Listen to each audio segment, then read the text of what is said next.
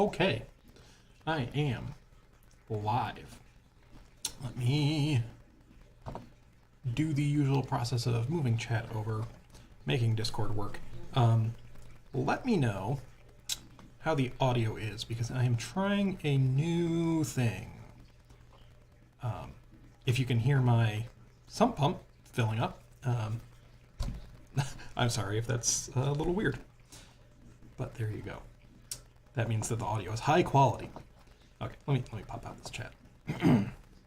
While I am doing that, let me attempt to also simultaneously talk about what I am doing today. If you missed last time, I finally broke down and decided to move everything over from, hey, I have it right here, this weird POS card, which really, this card is fine. It's just that it was all of the wires, here we go, all of these sad wires that have now been yanked out that were probably causing a bunch of chaos. And we have gotten rid of it. So hopefully that's an improvement. And we have moved things over to the overly complicated dev cart Mark III, as noted in the title. Doody doot. I mean, come on, that's looking pretty good. I'm very happy with just the way that this is looking now that I'm consolidating it all down. So we got we got everything on here. The FDC chip isn't actually in there, but the socket is there. But we have an SRAM up here. We have our flash ROM in there. We have this is our 16V8 that we're using for memory decoding there. We have our character ROM that has always been on this board down there. So more or less, I just have to continue wrapping this thing up, which is today pretty much going to consist of attaching the SRAM, which that should be a nice easy start, because more or less I just have to run wires from the EEPROM over to the SRAM, run a chip-enabled wire, and make sure that my, memory controller, my MMU, that's what I'm going to call it, is actually decoding it properly. And then what? Then we get to try and rewire up the floppy controller, which, as I described last time, if I remember correctly, it's not really that complicated. I'm going off of a, what is the word for those? The example circuits that they give in a data sheet. They have an example circuit in the data sheet. There's a word for those. And I don't feel like following it again when I can just, copy from here to over here, so that is my plan over there.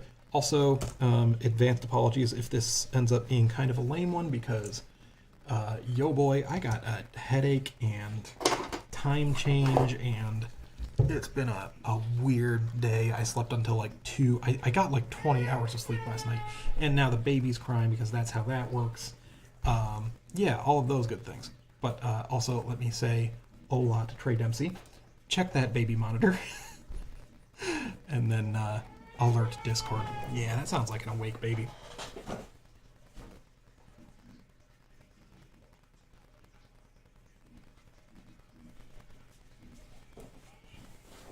Okay, let's see.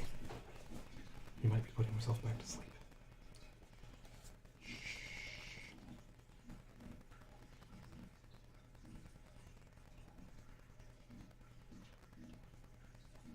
Don't make a smell. Okay, I think he's putting himself back to sleep.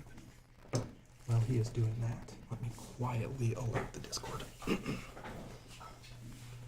Today is going to be an extra super secret quiet episode.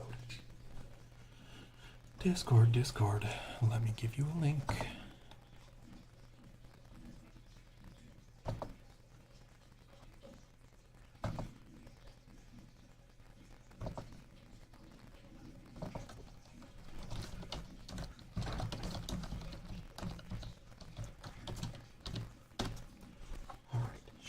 Oh yeah. Oh, that boy's going to sleep. That boy is relaxing. So, I don't know if you guys want to start soldering things. Let me adjust my desktop and start soldering things.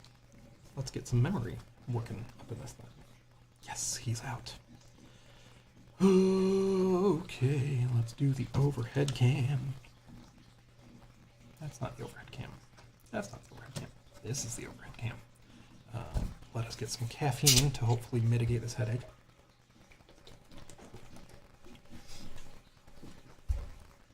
And let me... I'm going to look up the pinout for this specific SRAM, which is probably unnecessary because, you know, JEDEC standards. But this is a Alliance AS7C256B. AS7C256B. I suppose pinout would be a good thing to put after that. No. What did I just do? Pinout. There we go. Give me that pinout. Doody-doody-doo. Yes. That was promising. Cool. Call. We got it. Alright. So, yeah, this is literally the exact same pinout as the EEPROM. Yes, it is. And they're right next to each other, so I am just going to be carrying wires on over. Cool by me. Let's get some power to this thing first.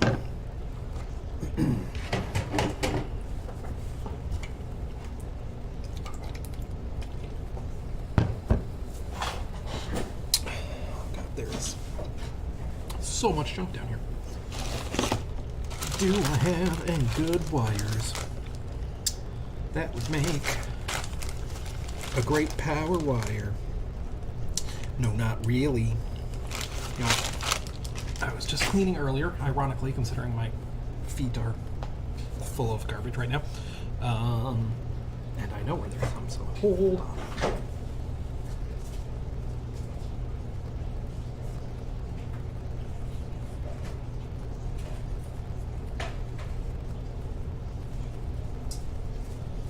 Rainbow wire. Because if you don't use red for your thingy, then you are a bad person. VCC should be red. Or you don't know how to engineer. Hey Dave, how is it going on this night? Hopefully this monster energy gets me through this session. We'll see how far I get. Especially considering I'm starting at, 11:30, because it's work night. It's a school night, guys. But I shouldn't be talking too much out of school because my coworkers have access to this YouTube channel. But I guess it's not like I'm oh, my brain. It's the word I am looking for. Telling stories out of school, but there's like a non-stupid way to say that. Anyway, let me stop trying to think so hard about that. I think it's fine if my coworkers see this, because all I am about to say is that we're a contracting firm, and I am rolling off of our current project because our involvement with it is over. But so we're only there for like another 2 weeks-ish. This will not go through this hole, which is very annoying. And, okay, I should figure out how to point that camera better. I'll do that in just a second. Anyway, so I do have to give a knowledge transfer session at 9:30, but probably wake up late and get up just in time for that. Otherwise, it's pretty easy going now, I guess is my point.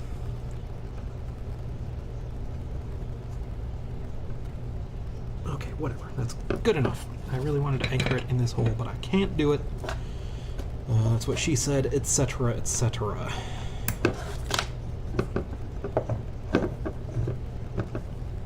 Okay, let I'm going to solder on this power wire, and then I'm going to adjust that camera, because it can be done. I have a step stool here, but it's kind of pointing that way too much. I was going to say also I might need to focus it, but we've been over this. I can't really focus that camera. Trey makes his VCC wires blue. You're a maniac, Trey. I'm sorry, there's nothing, there's no saving you. Think of the incidents that this is going to cause. By not sticking to the spec, you are risking lives. I mean, what else is like the standard color? What is blue the standard color for? It's got to be the standard color for something. Like an ATX sense line. North American house wiring neutral. Unless I have that backwards, which I probably do. Okay. That is connected. So let's see about this whole camera deal.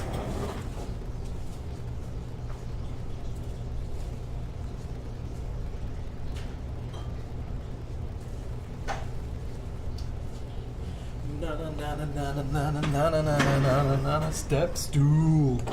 Well, yeah, I know. Well, I know they're blue and brown because I was literally just screwing with a, I don't know what you'd call it. Basically like an extension cable, but for a like a rack mount for my studio area, and I needed to run a new power line to it. So very familiar with that at the moment. But I couldn't remember if it's brown that's neutral or if it's blue that's neutral. Okay, let's see.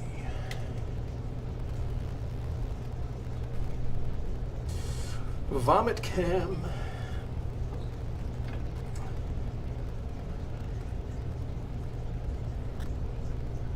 Yeah, will that do? Will that work? Sure.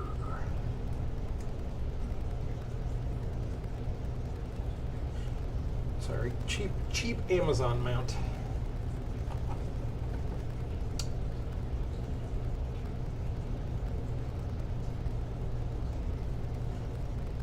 This is kind of hard to do at a distance. Maybe?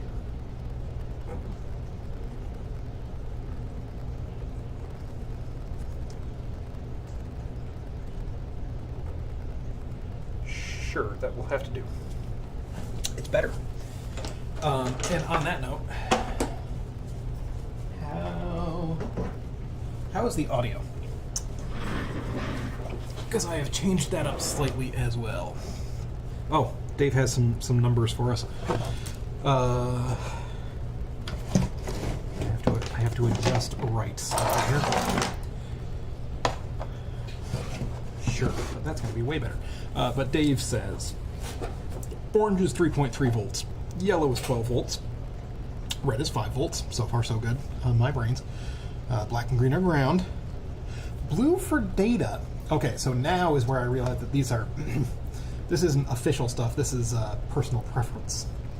White for clock, brown -5, purple -12. Those two, I think, are widely used. Yeah, he says that's Grizzly's color code. Trey said it's just as arbitrary as red and black or black and white. And Trey says audio is good. Yeah, I mean, I figure it'll be okay, but I am using I have a Tascam Porta Studio thing that it only occurred to me the other day. Instead of like trying to use my fancy studio mic and dragging it back and forth, this thing has a stereo mic on it. So, I don't know. Mainly I'm wondering if it's better than webcam audio, or if it's just the same thing as webcam audio. Okay, let's do a ground. This continues to be exciting.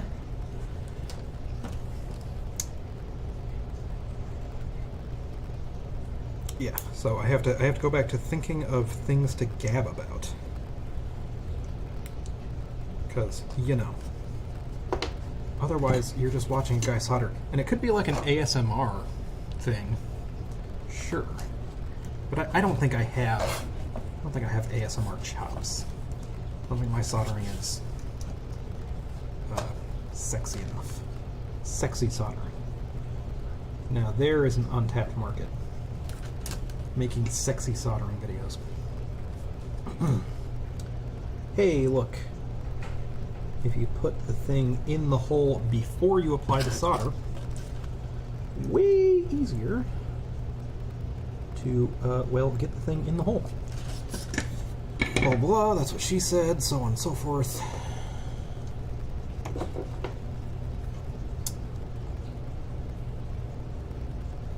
But yeah, topic for the day. Politics is played out. We've done that one. I mean, we could do it some more, but I've pretty much expressed all my opinions.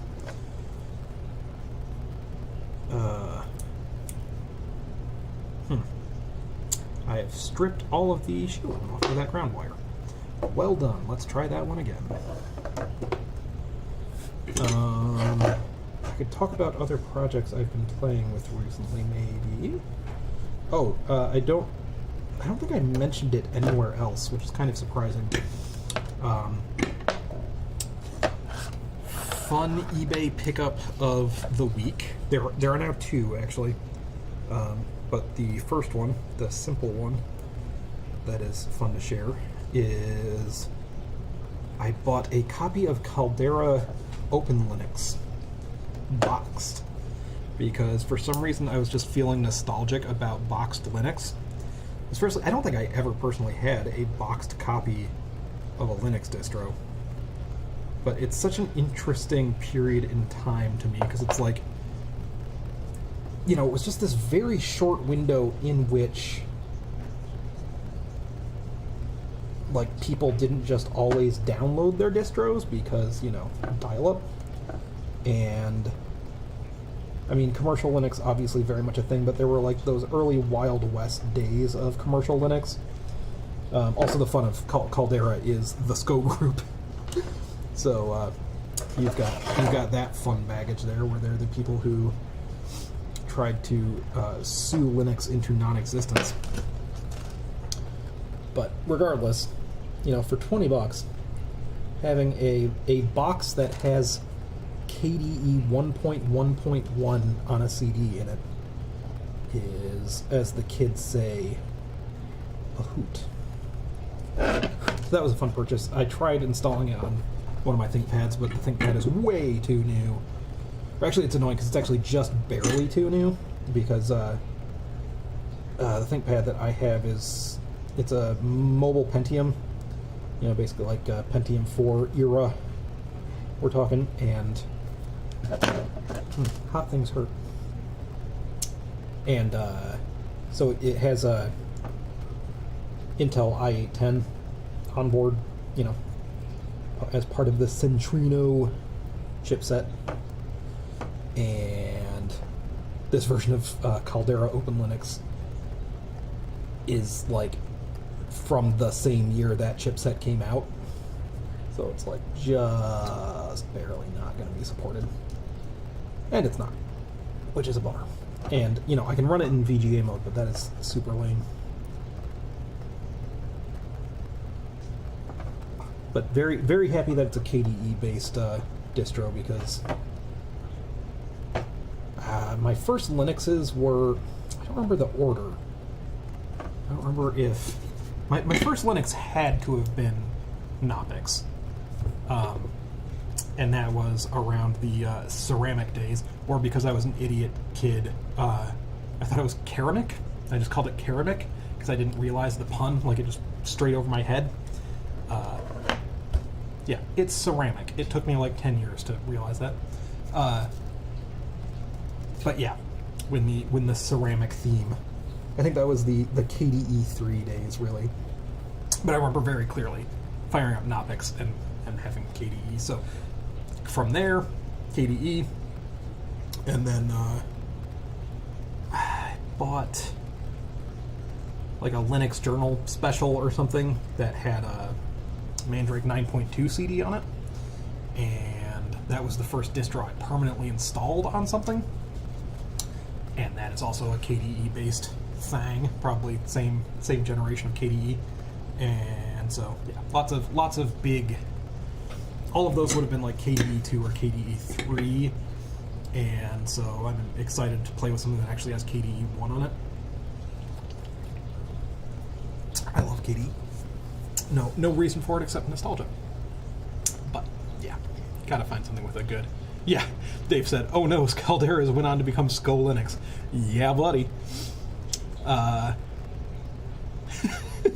Okay. Dave said, "Just be sure to hold the iron by the hot end." I have done that before. I've just gotten so numb to burning the shit out of myself. Trey said, "You call me crazy, and you're the one using fingernail clippers for wire strippers. They're the right tool for the job. I don't know what to tell you." And then Derek popped in, which, by the way, hello, Derek. Good to see you. And he says, "I don't think I personally had a boxed copy either, but I absolutely did have a Linux book with a CD in the back." That was actually, I don't know if we're talking the same book. There were several of them, but that actually was my first Linux. I got, it was like the Red Hat Bible or something from the library. Those were the days when you'd go to the library and get the technical books with the CD in the back. At least the ones where they actually returned to the CD. Oh yeah, and then you'd install whatever it was, and it would just be free software for days, boys. But yeah, so it was like Red Hat of some sort, and I couldn't figure out how to install it because I was young and didn't know what the hell I was doing. But yeah, good times. And continuing that comment, and ordered plenty of CDs from places like Cheap Bites back when we had slow modems. Oh yeah, because I remember too, there was a... There was a well, there were several websites, but there was definitely like websites that were, I forgot about that just catered to burning and sending you Linux CDs for the cost of shipping. Yeah, man, that was a time. Trey said, "The boxed Linuxes were never appealing to me during that time frame, mid to late 90s. What really got me happy was Walnut Creek CD compilations." Alright, you're going to need to go into detail about that, because I have no idea what the hell that is, and it sounds interesting.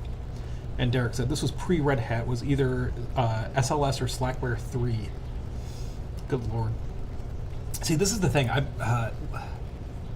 Linux is an interesting thing for me, because, as a, right on the definition of millennial, it's like I was born with Linux, because I was born right tail end of 89, so, and Linus released the first version in 90, 91, something like that. So yeah, I was coming of age with Linux. It's a whole thing. Very, very meaningful for me. But it means I totally missed those early days. Because I would have loved that scene where it was even before SLS, where it was you would have to download the GNU tools and maybe have your own Unix installation of some sort, so that you could build your Linux kernel and build your GNU tools and put them on a partition and then boot off of them, and that's how you got your Linux going. Yeah. Eternal Dormant says, SLS's soft landing system. The noun distribution didn't really exist before that, did it? Yeah, that's my understanding, because SLS was the first one that put it all together. Oh, someday I'll get back to soldering, but Trey says, Walnut Creek CDs were archives of major FTP mirror sites. They had all the major distributions, most free software, all of GNU, etc. That's dope. Derek says, one weird thing about moving to the San Francisco Bay Area is Walnut Creek, going from that FTP server you used to access to being the name of a local city the news sometimes mentions. Nice.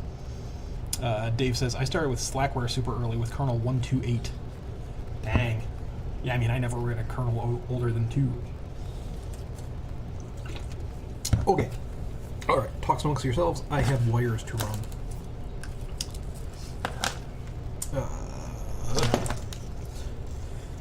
And let's hope I don't run out of blue Kynar wire. Hey! Dave says blue for data. Sorry, I am accidentally a genius.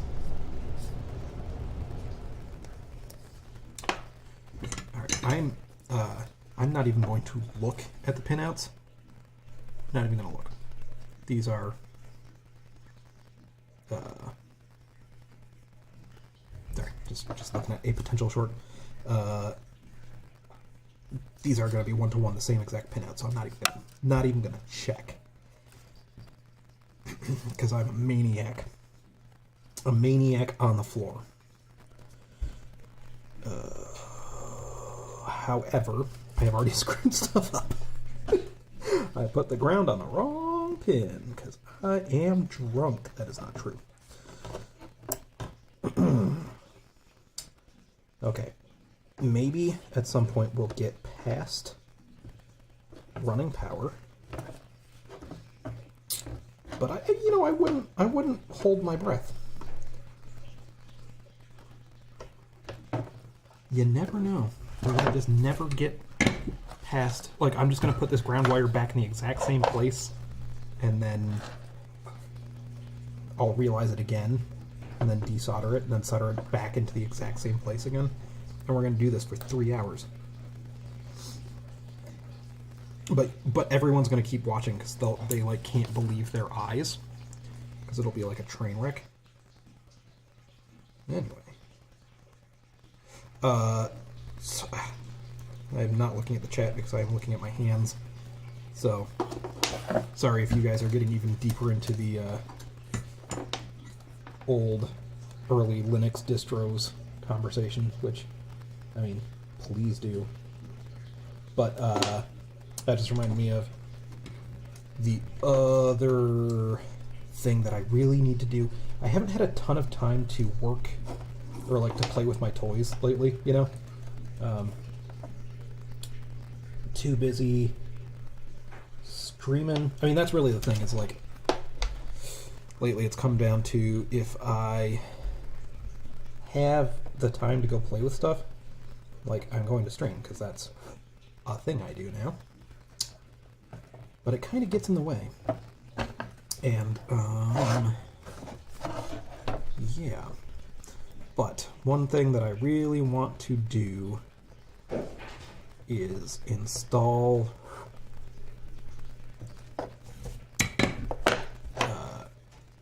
Mac OS X server, as in the Rhapsody Mac OS X server, upon my new G3, which I love. This is how behind I am on things. Is the new G3 is probably 6 months old. No, it's not that old. I bought it in the beginning of December. And then I put Mac OS 8 on it, and then it's over there, and I haven't touched it. But that's my other project to do. Okay, plowing on, speed run.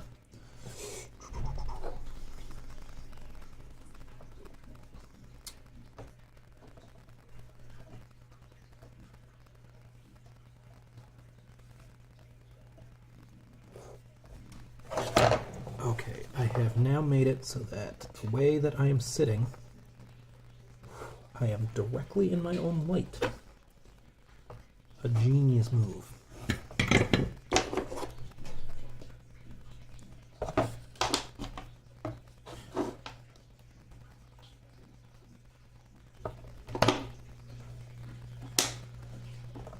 Oh, and I have more to talk about other projects, but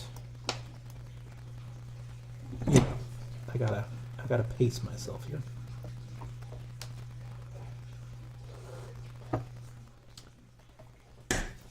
One wire, making progress.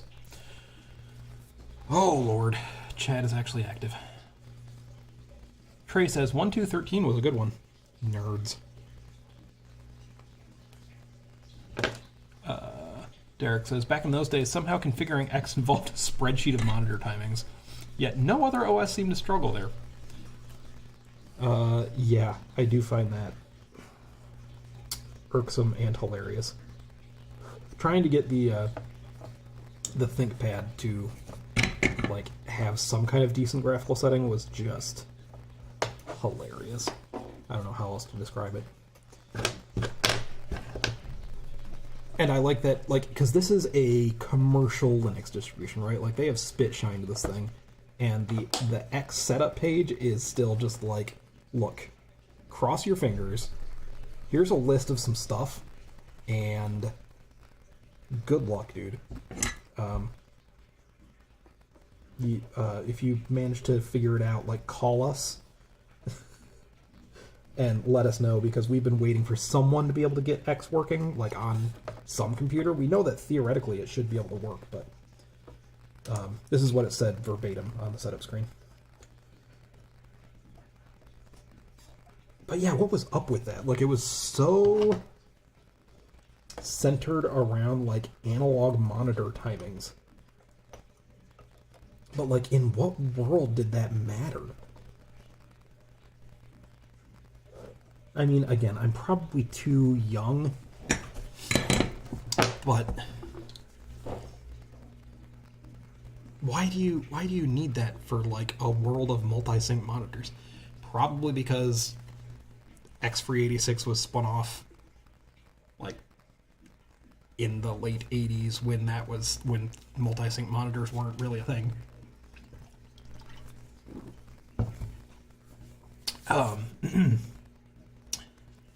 Dave says, my former roommate Alan used to get pissed because I would set up all of one color of wire from his rail of spools, or use up. Nice.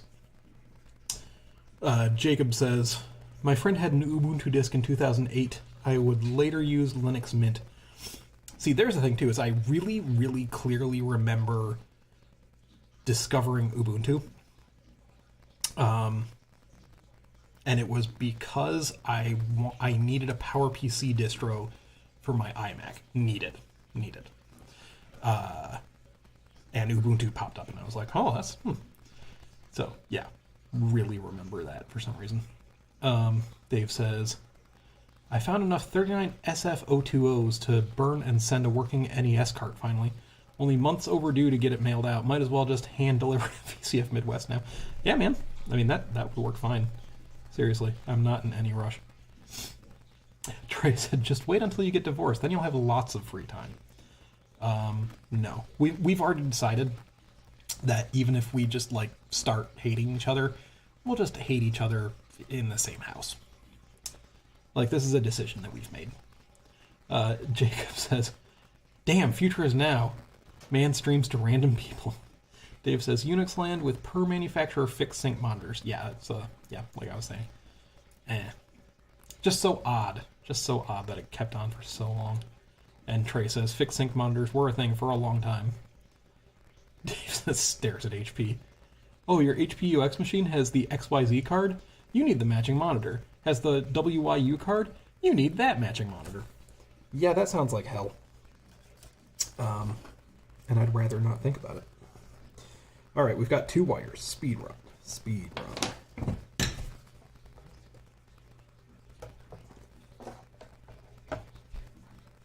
Yeah, I need my fix. Now, you have reminded me of VCF. Because Action Retro mentioned VCF East is coming around again already. And at that point, I legitimately, while I was sitting on my couch, downloaded the Hopper app and looked for flights in New Jersey, because I was like, could be a fun weekend trip if I can find a ticket for like $150. And of course, now everything's like $400 frickin' right now for some reason. So, bummer, but I need my nerd bros fix. And also, I kind of VCF Midwest is like the one. It kicks ass. That is my feeling now. Which, of course, is only helped along by the fact that I am a Midwesterner, that, like, I came back home and I was like, oh, we have the good one out here. Nice. And I realized they're also, you know, not affiliated, so there's that.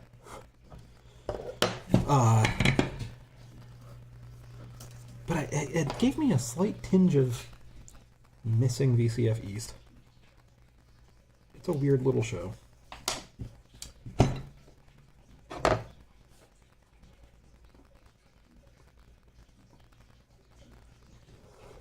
It was fun to go whatever year that was and make the Bjorn Sustrup panel.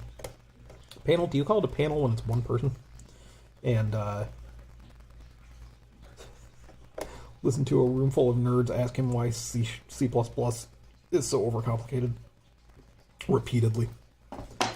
And he was a really good sport about it. But that was a hoot. And then I think it was the next year they had,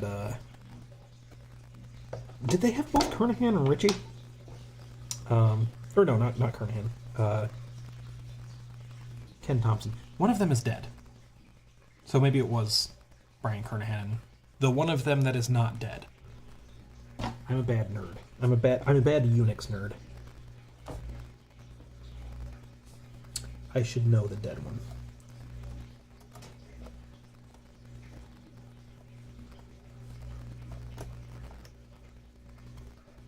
It's Ken, right? Is it Ken? I think it's Ken.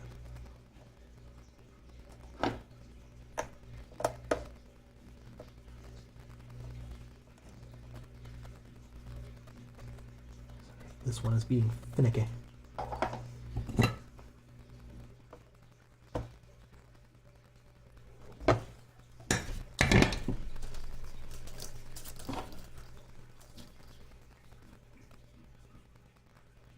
Yeah, man, I think I'm just gonna have to start scanning chat at this point. This is a bad day to have a bunch of people pop on and actually have chat be active, seeing as it's all gonna be me staring at the thing I'm soldering, not being able to be interactive at all. But I'm gonna try.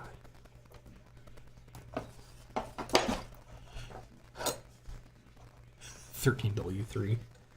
Yeah, and all of the various different non-matching types of 13W3.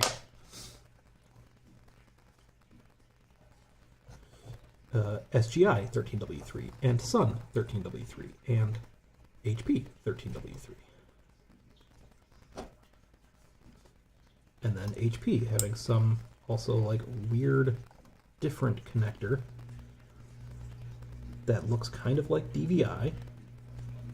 Though I don't think it was actually, it might have been HP specific. I only remember this because when I had my sweet, sweet visualized J5600, loved that machine. I will never stop talking about it. I had to get an adapter for it. And I thought it was DVI at first, and then I looked it up, and they were like, no, it's not DVI. It is insane commercial connector number 3007. That nobody ended up using. Nor are we sure why anybody would have started using it or would have thought that it would catch on. But here's what it is. And then I proceeded to not ever use it because I don't think Linux supported that video card, and for some reason like getting HPUX running on that machine was just not turning out to be an option. Again, I think I was too Unix dumb at the time, probably still am.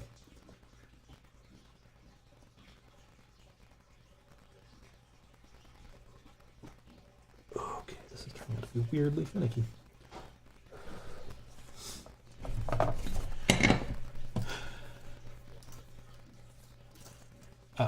Okay. All right. Derek says 13W. Derek, I thought you were taking off. You liar. 13W3 is great. I've seen it used by at least 3 platforms, likely all with slightly different pinouts, yet the adapters you'd find for sale would pretend they were all the same. Indeed.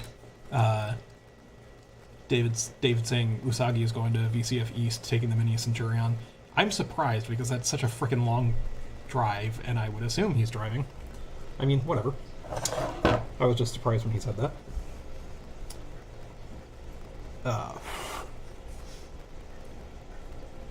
Dave said, I kind of want to go to VCF Texas. It seems like there's a lot of stuff in Texas, because, I mean, Texas is, you know, the other electronics and software place, of course.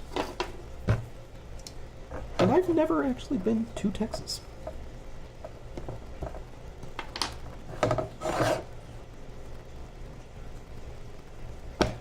I haven't been a lot of places, but I don't know, Texas seems conspicuous.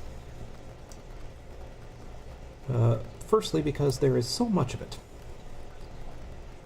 I seriously thought about going to Texas just for shits and giggles when we drove to New Orleans. Because I was like, it's like it's right around the corner, and then, it's actually like another 10 hours or something stupid. But I thought about it. Oh boy. Okay. All right. Trey said, there's a Dallas meetup. Dave said Brian, I think, is still around. Yes. Oh no, Brian is definitely around. Brian is 100% around. He's like the most... he's been on like computer file and stuff. Like, you can't shut Brian up. He's a hoot. And Trey said Dennis is. Yeah, I thought it was Ken. Dave says Dave Murray and his brother have been known to go to the Dallas meetup. That makes sense. Trey says, I've met Dave before. I'm in Houston. Nice. He's much nicer in... not that he's not. He wouldn't have... I've talked about this before. He wouldn't have struck me as nice of a person as he is in person. Based on his videos. I don't know. He's not... It's funny that he ended up being a YouTube person, I think, because like his on-camera energy really kind of doesn't match, I think, his real-life personality. Eternal Dormant says, Brian and Ken are... Okay, so now I'm getting an opposite thing. Because now you're saying Brian and Ken are alive. So it's Dennis that's dead. We'll figure this out. Derek said, IBM RS6000 used 13W3 and 3W3, depending on the machine. Amazing. Dave said some alphas use 3W3 as well. That's just the one that's like slightly narrower, right? Derek says, I once used a pair of pliers to remove the non-coax pins from a Sun 13W3 to VGA adapter to make it work with an SGI machine, thanks to monitors supporting Syncon Green. Brilliant. Eternal Doorman says, Dennis Ritchie died in October 2011. There we go. It's solid. Done. We have figured it out. Dave said, I love this massive 9W9 SDI cable on a Matrix card I have. You got to start putting screenshots in the Discord because I need to see this hardware. You probably already have and I've missed it. Okay. Trey says it's Dennis that died. Eternal Doorman said, I'm about 20 miles from Texas. Never been there either. Now that... come on, you're right there. I have excuses. I am thousands of miles away. 1,000 of miles away? I don't know. I'll have to look at a map. I'm in Michigan. And Trey said, I'll send you some barbecue. Please and thank you.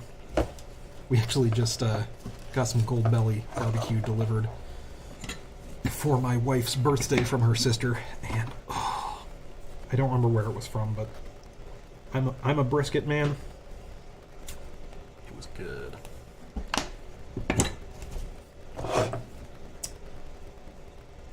So, right, now that I've caught up to chat, and I bought myself another 5 minutes, let me talk about other project news. Oh, right, I was supposed to starting off these streams with just, like, the stuff I've been working on lately, but I wanted to just dig into this because it's high time to just get this over with already. So, I'll just carry on about... the GPU project, because that's the only other thing that's going on that's not actual day job. And yeah, so the thing on that was... Where was I last time? Well, I know vaguely I had the 6502 running, but I didn't have it connected to the VRAM. So I sucked it up and dug in and put a bunch of bus transceivers on the board, and then I wired them up to the address and data buses of the 68K, and then I wired them up to the VRAM on the other side. And then I updated the CPLD a bit to output a blank signal. So internally it already has a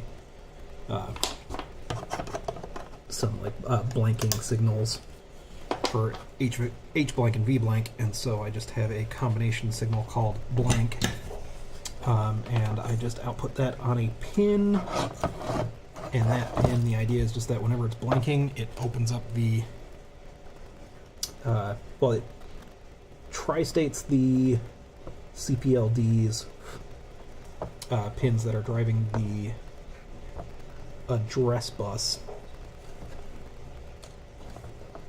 on the VRAM, and then is also connected to the output enables on the bus transceivers that I added. So those should open up whenever it's blanking, and the CPLD will remove itself from driving the VRAM.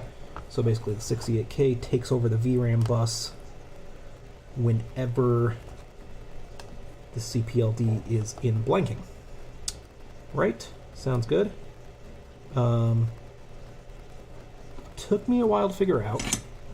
So I got all that kind of set up and wired up the blank signal to the bus transceivers, and nothing fucking worked at all. The biggest thing was I had a completely blank video signal. There definitely was a video signal, so like it hadn't gone too far off the rails, because it was actually getting, H-sync and V-sync. It was good. But totally blank signal. Should be getting like at least some kind of noise. I could not figure it out. I was logic analyzing the crap out of this thing, just tearing my hair out. Finally realized after working on it for about 2 hours that I had probably a couple days ago, but I have forgotten exactly why or how at this point, and definitely at that point too, that I had bent one of the pins on the PLC-C socket for the CPLD. And I remember specifically thinking to myself at that time, well, that pin probably doesn't matter all that much. I don't know which one it is, but it's probably fine. I am driving the screen at 1 BPP, right? So it was exactly the lowest order bit of my video output that was bent, not making contact with the PLC-C. I thought it was like, I was looking at the bus transceivers, like screwing up things and like holding the lines low or something.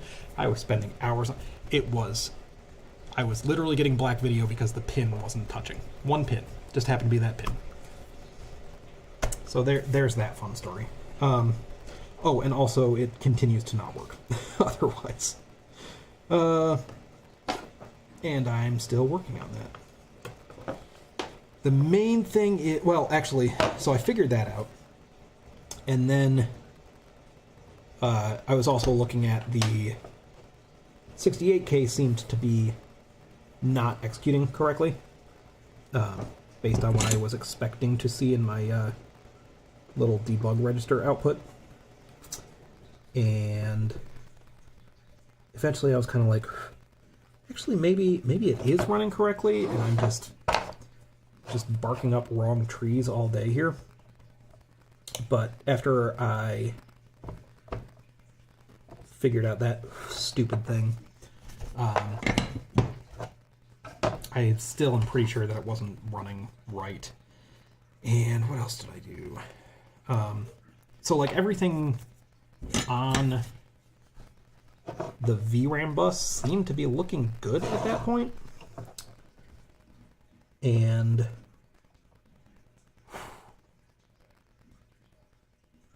oh, right. So now I'm getting video, right? There's the whole thing. So now I am getting video. And I'm like, sweet, maybe this whole thing will just like work now. And unfortunately, no. And that's where I'm at right now, because the rather bizarre thing, and I'm hoping it will be an easy-ish fix, is that it actually looks like the CPU now is driving bad data onto the VRAM data bus during video periods, which is weird because the blanking signal looked right, but I'm wondering if it might be backwards at this point. That's what I hope might be the easy fix. I hope it turns out to be that. Because like it definitely is the CPU driving the VRAM bus weird. Which would make sense if I had the bus transceivers connected during the live video portions when it's supposed to be reading from VRAM. And that would also presumably cause the CPU to be getting bad shit on the data bus and flying off into space. So I'm hoping if I just reverse the what's it? All I can think of is polarity, but that doesn't sound quite right.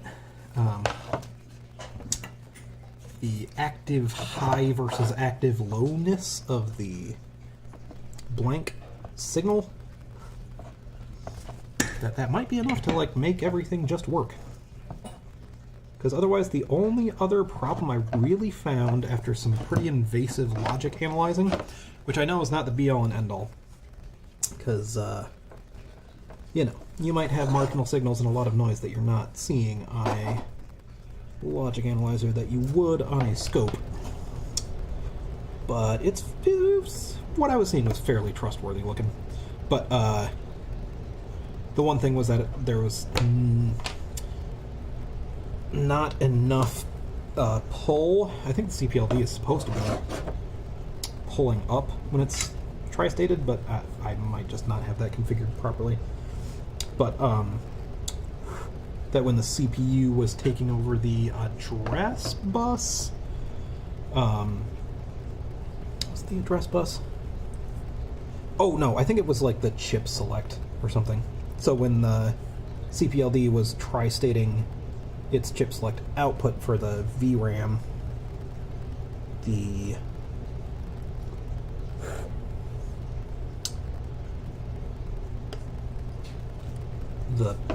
there was either no pull resistor on it or something, and it was remaining selected or unselected or something. It was remaining in the like wrong state for like a cycle after the blanking period started, and so I just put a pull up or pull down or whatever on that, and it seemed fine. And that was just to avoid garbage going onto the 68K bus. So that's like the only real weirdness I saw after I figured out that most of the other stuff was idiocy. So hopefully next time around I will have attempted flipping the... I'm going to continue with saying polarity of that blinking signal, and maybe it'll just work. Okay, I'm like 2 wires away from being done with the first side of this chip. So I'm thinking I will wrap that up, and then I will look back to see what has been going on in chat this whole time that I've been gabbing. And then we will resume with the other side of the chip, and then we will see about firing this thing up and making sure the SRAM actually works, and that I didn't screw up the EEPROM while I was doing this.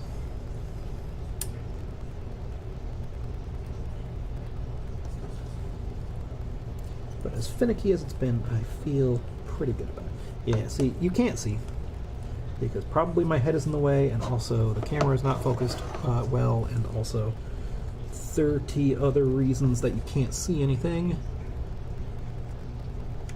But I just keep accidentally desoldering the original wires that were going to the EEPROM chip, because I've got wires going to the EEPROM chip from the card edge connector,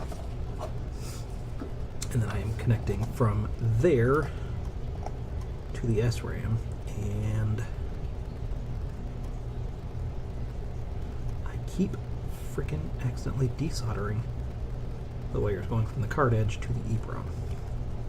So that's fun. Real fun.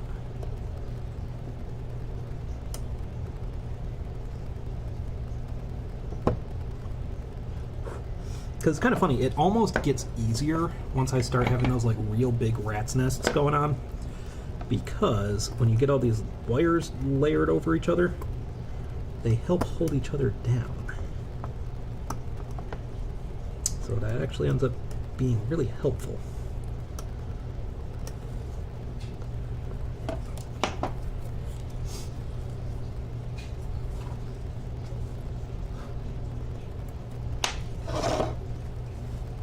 In this one, that is not the case, so the wires just keep popping up.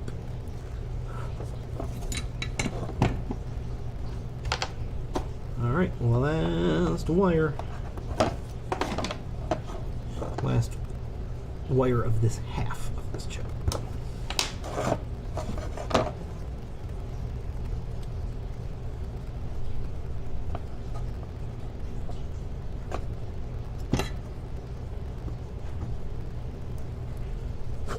Yay, okay. That's that. Alrighty, let's look at chat. Let's look at chat. And look at my big fat face. Okay. Yeah, of course. Of course, no big updates. Well, I was... Actually, like, things were going when I wasn't looking, then I caught up on them, then I went back here and was just like, I'm going to ignore it, and it is at that time that there was not really much chat activity, so this will go quickly. Yeah, Trey was saying he would send me some barbecue, and I'm just going to reiterate, I know I already responded to that, but do it. Derek's taking off for real now. Okay, have a good night. Trey said, state or logic level. I think at this point you see that was not quite what I was going for. Like the handedness of the logic level. I'm going to stick with polarity. Dave says, sync might be 5 volt peak to peak instead of the 1 volt peak to peak you have for analog video levels. Yeah, no, that is true. And they're connected directly to my TTL outputs. Dave said, for the VGA output on the Apple II, I'm driving the VGA syncs at 3.3 through a 47 ohm resistor. The Fulbright RG and B are via 470 ohm resistors, half bright 1K, quarter bright 2K. I'm using an R2R ladder, and you are really supposed to run those through a op amp to make sure your voltage don't sag, and mine is definitely sagging. I'm running everything just on the red channel right now, and my full bright is not fully bright. And I tried to run it through a op amp as recommended, but I ended up using apparently a very slow op amp because it made everything super, like, ridiculously smeary. So I have to mess with that again at some point, but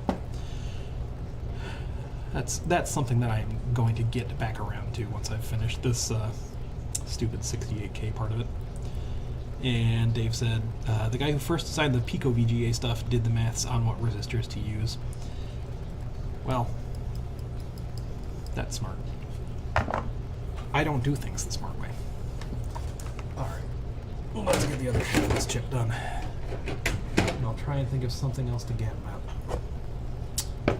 Oh, I actually have stuff. Probably should have switched this back to overhead before I put the keyboard down. So, yes, it was the other eBay purchase. The other eBay purchase of the week, except that it's been more than a week since the last time I streamed, so however long it's been, the eBay purchase of that period. So, you know, I was saying the boxed Linux, which, yeah, but the other, the most recent thing, which is coming from China, so gotta be patient. I bought some more MIPS. Couldn't help myself. I bought some IDT MIPS 4700 variant, and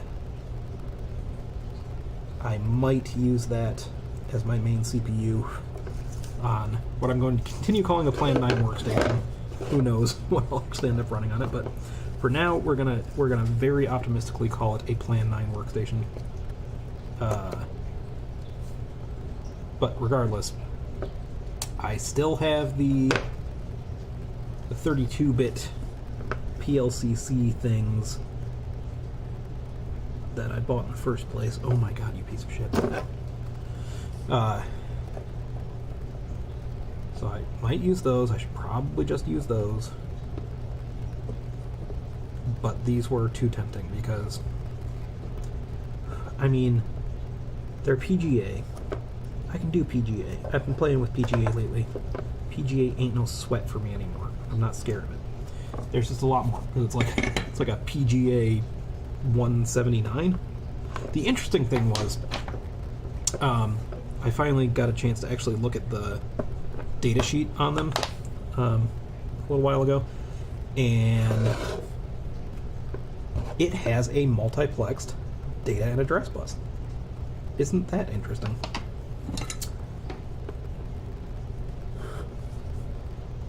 Just struck me as weird on a part with that many PGA pins that would still be necessary. But I guess it is a full 64-bit processor, and there are 64 multiplexed address and data pins, so yeah, that's a lot of pins. I guess 128 pins would take up most of that package, so I guess that's fine.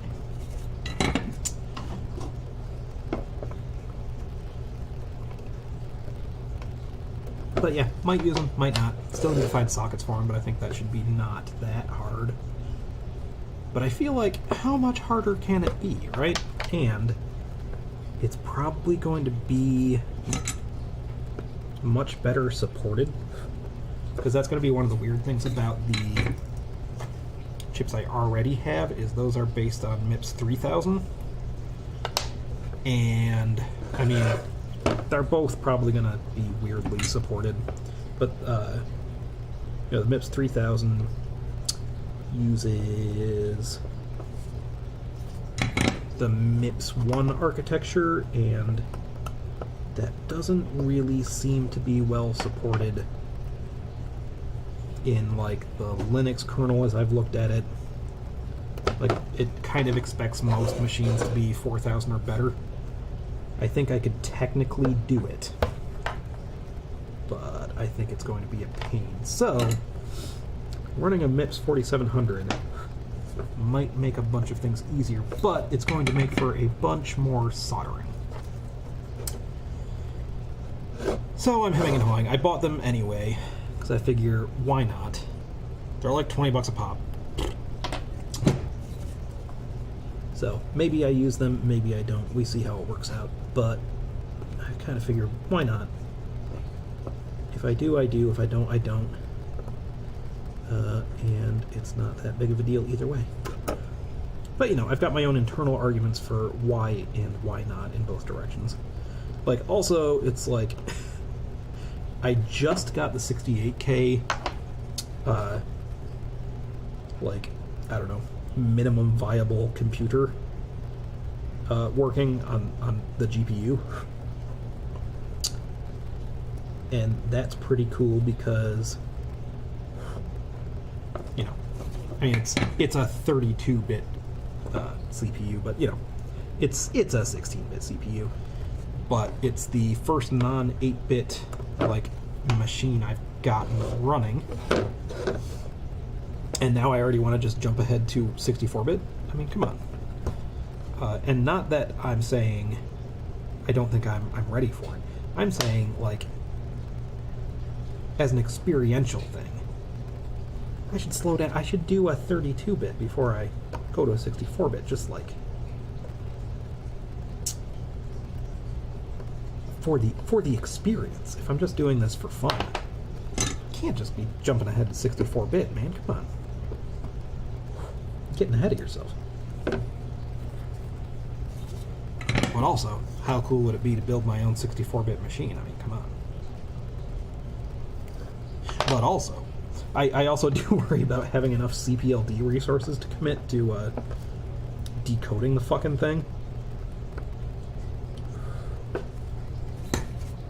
Now, I guess, because it's going to be, you know, 64 pins are going to be dedicated just to the input from the multiplexed bus. And then, I mean, there's the question of, I can probably configure how wide the actual data bus port is. But even if I were to, like, configure that down to 32, it still means I have 32 bits of data bus to dedicate to some pins. And then, you know, I don't have to do the full 64 bits. I can do a bunch of the decoding in the CPLD for address. But I'm still going to need some. And it's just going to use up CPLD pins so fast. So is it even something that I have the CPLD resources to work with? You know? But I do believe, because also designing for high bus speeds, these things can go up to 150 megahertz. I didn't check to see if 150 megahertz is actually like the memory interface speed. But anyway, the highest clock speed they'll do is 150 megahertz. But I think they will run as low as 25, which will be a godsend to me. And then maybe I'll just see how much higher I can crank it until it stops working reliably. But at least I can run it fairly in a reasonable regime that I can design to without having to, without things getting out of hand in terms of having to make sure like my wire runs are not noisy and the correct length and all of that good stuff. So, when we're talking about pros and cons and parts of the design decisions, I was somewhat worried about that, but I don't think that would be a big deal. So we will see. We will see. They're on the way regardless. And that way you have them, you know? Better to have it and not need it than need it and not have it, as they say.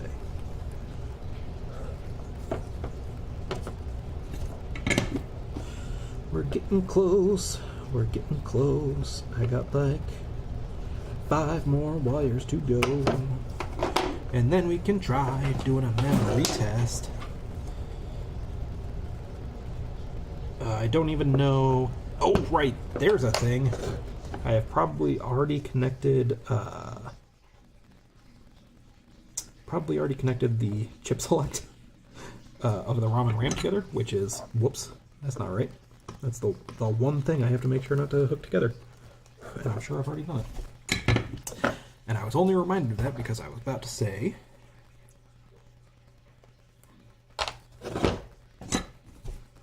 I don't know. I'll have to look at what the heck I have in WinKugel as far as RAM decoding configuration. Because I guess I can't just plug this thing straight in. I guess I have to make sure the mapping works first. Fine.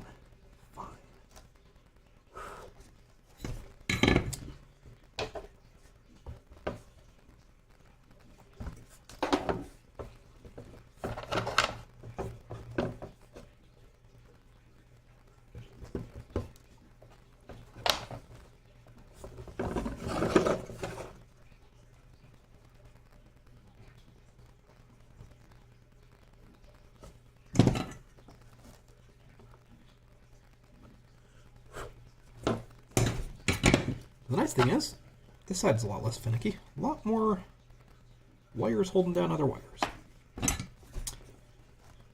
Thank God for small miracles.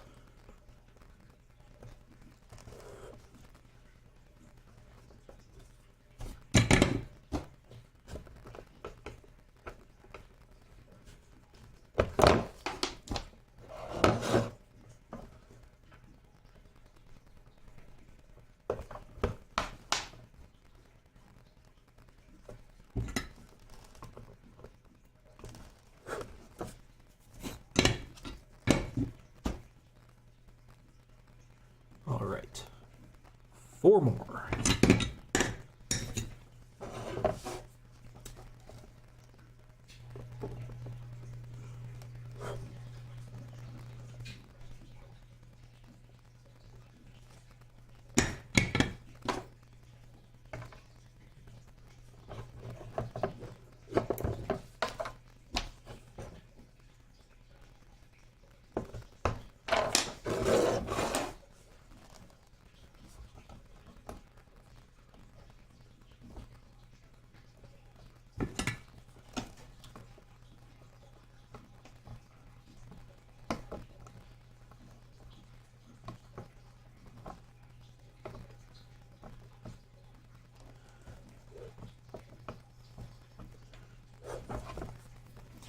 Three more.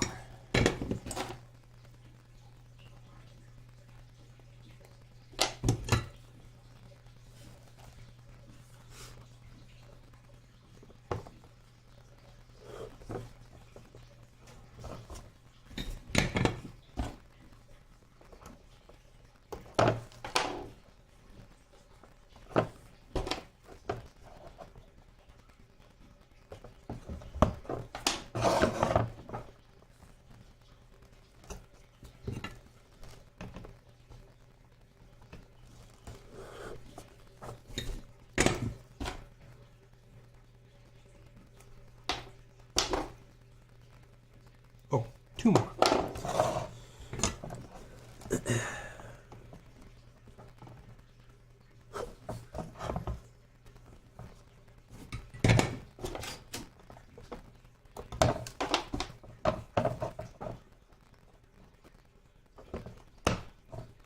Hey, you doing ripping wires off my board?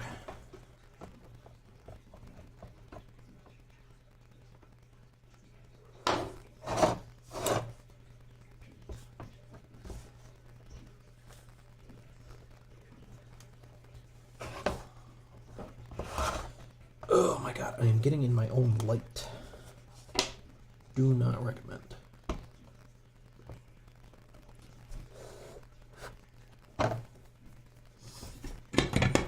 One more.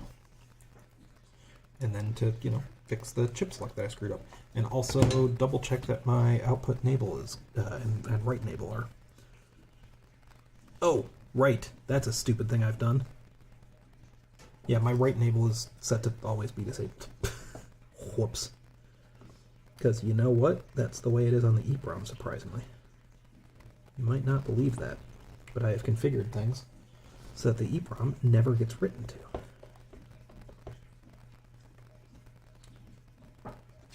And I have desoldered another one. Come on, man.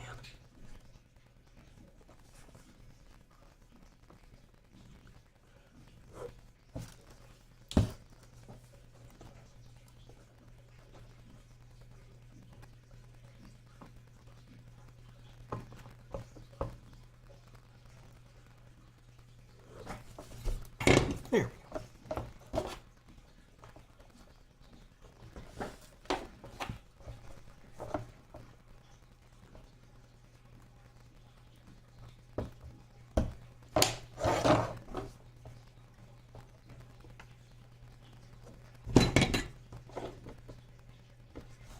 There we go. Okay, theoretically that is everything except for the control signals that I totally screwed up. So, which one was chip select? That is 20. So, pin 1 is hanging out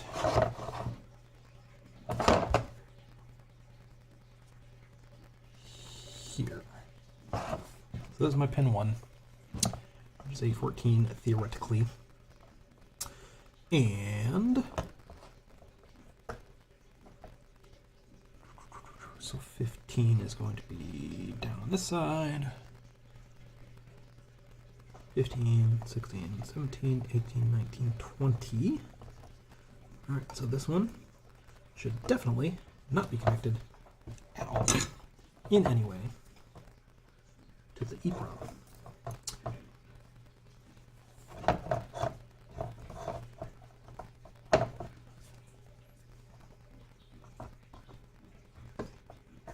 should be on its own connection to the 16V8, which let me check. I'm gonna be banging around. Wake up this freaking baby, I guarantee you. Oh, yeah. Do I still have WinKuppel up? I do, because why would you ever shut down WinKuppel? Oh, let us see, let us see. You can't read that tiny text, but I will just tell you that outputs. Oh, this is 68K mapper.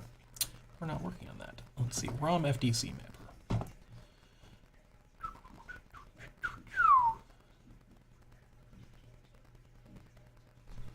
I do have separate write B and read B outputs, so do I dare?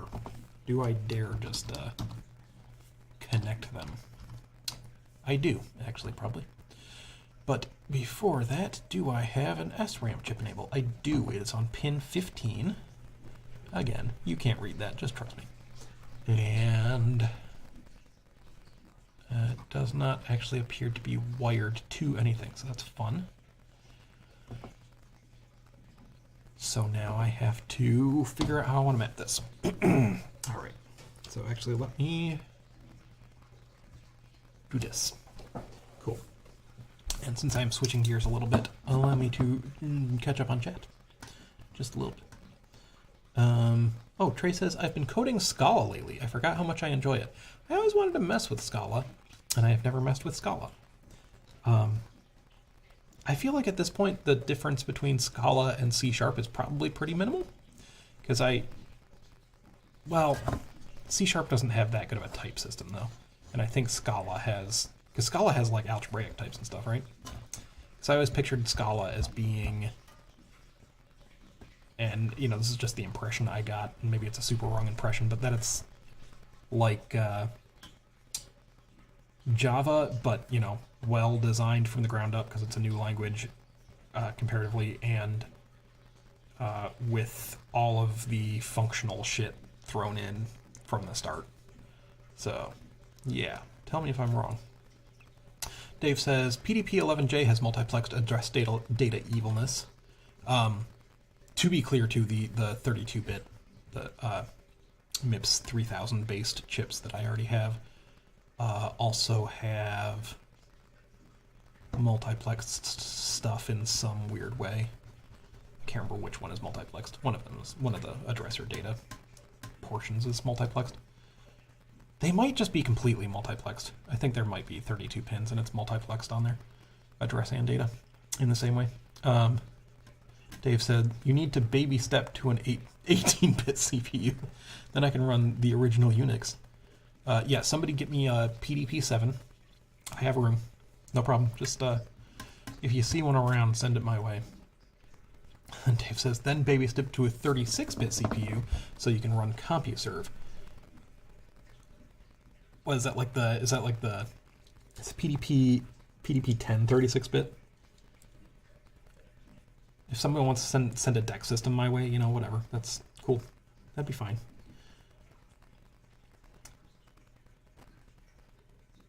Oh, Jacob says, what point is season 2 hit? I didn't understand what the hell you meant for a minute. Right. So, well, I'll finish reading chat, and then I actually will get back to that, because, yeah, maybe I haven't been clear about a thing. But Dave says, One Piece Season 13 has at least 142 episodes. Jesus fuck. Jacob says, lol. And Trey says, Scala is very FP inspired. Yeah, that's the main impression I got. And Dave says, yes, it was the PDP-10 that was 36-bit. See, I know some shit. Sometimes. But yeah, so, Jacob, to your question about seasons, I pulled the word season out of my ass as a random word to use, but basically what I am calling season 1 is the NES. So the NES is season 1, and then I'm planning on having other seasons where I do this to other machines. The NES wasn't supposed to take this long. Because it's been... How long has it been? It's verging on a year. And that's fine. This is a fun learning experience. But just, it's been a train wreck. even for it's not that I overestimated my skills. It's that it's just been a weird train wreck, and it's been off and on and off and on. But yeah. So the plan is after this, I'm pretty sure the Sega Genesis is going to be next, and I have fun ideas for that because I should be able to get a non-MMU Linux running on that bad boy. I don't know if that's what I want to run, but I should be able to. So that theoretically is season 2. Then it goes on from there. Do I want to do this with a PlayStation? Maybe. I love the PlayStation. It's weird. It's MIPS. What else? Oh, the Dreamcast. The Dreamcast is somewhere in there. I'm excited about the Dreamcast because I mean, you can already just boot Linux on it, but I've talked about that before. There is an ISA bus driver in the BSD kernel for the Dreamcast. So, gotta do it. So we'll just see where it takes us. But yeah, each season is just gonna be me doing a different console. And I might take a nice fat break in between. And then never come back. Who knows? Right, so we're doing chip select. So right now, we've got the ROM mapped in. So, right, I have to be careful about this and double check. Program chip enable is, I'm pretty sure, just clock and pin. It's definitely A15, and I think clock. So I think I can use that for like everything. But I have to be careful because I need to make sure that it's not like clock and A15 and WRB read write. Well, no, it can't be. It can't be because down here we have our WRB and our readB decoded as program chip enable and NES RWB, which is really kind of silly and redundant. Actually, no, I think that's necessary. Right, because I use those for the floppy controller, because it needs those. It actually uses those as, like, chip selects. Or no, I don't... Regardless, I'm gonna be careful with those. I'm gonna keep that the way it is. Jacob says, cool, about future projects. Thanks. I'm glad you think that's cool. I really do. Dave said, I remember something about M2 qualifying for SRAM right on NES. Yes, there is a signal... No. I think that's what I'm just thinking of, is that program chip enable. There, A15 isn't actually on the card edge connector. If you want to try and recover A15, you have to like recover it from the program ROM chip enable signal. Dave said the ROM cell for the NES is slightly delayed from M2 because it's combinatorial with the M2. Oh, right. And you were wrestling with that at some point, right? I do believe with your thing.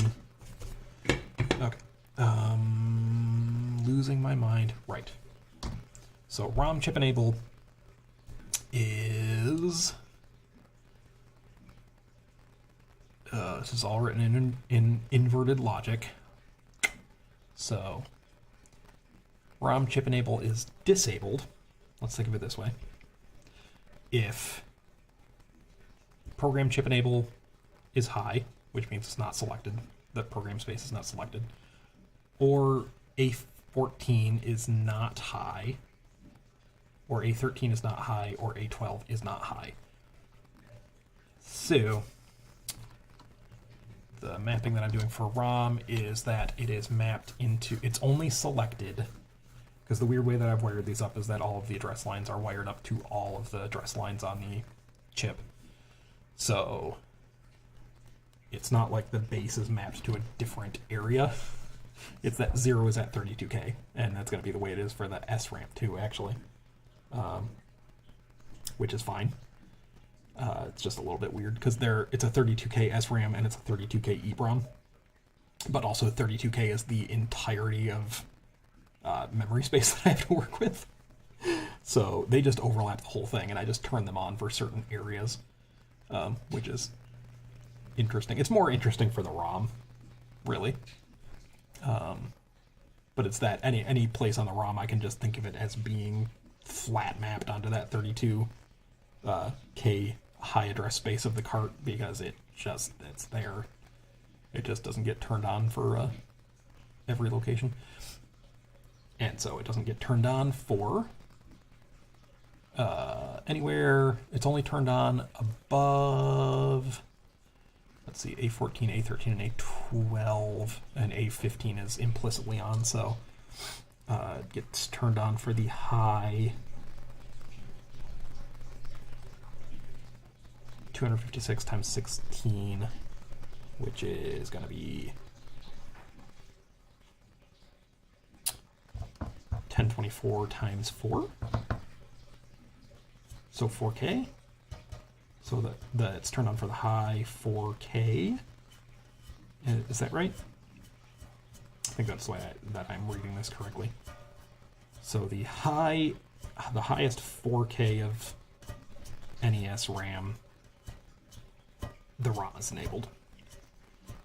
I might want to expand that, but that's fine. I don't need more than 4K. No, yeah, I think I did that on purpose, because I don't think I'll need more than 4K of ROM space, because I'm going to be mostly operating out of SRAM, so I want most of that space to be SRAM.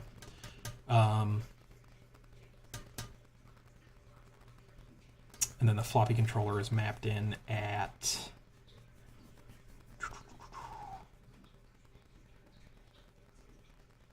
A14, A13, A12, A11, A10, A9, and A8. So all the way down to A8 need to be off. So that uses up the first 256K, right? Yeah. That uses up, or not 256 bytes. So the first 256 bytes of the high 32K section of NES memory space is the floppy controller. And then everything else besides those two I can use for SRAM. Sick. So I think what I'll do is literally just encode it that way. Let me think about this. So SRAM chip enable is going to be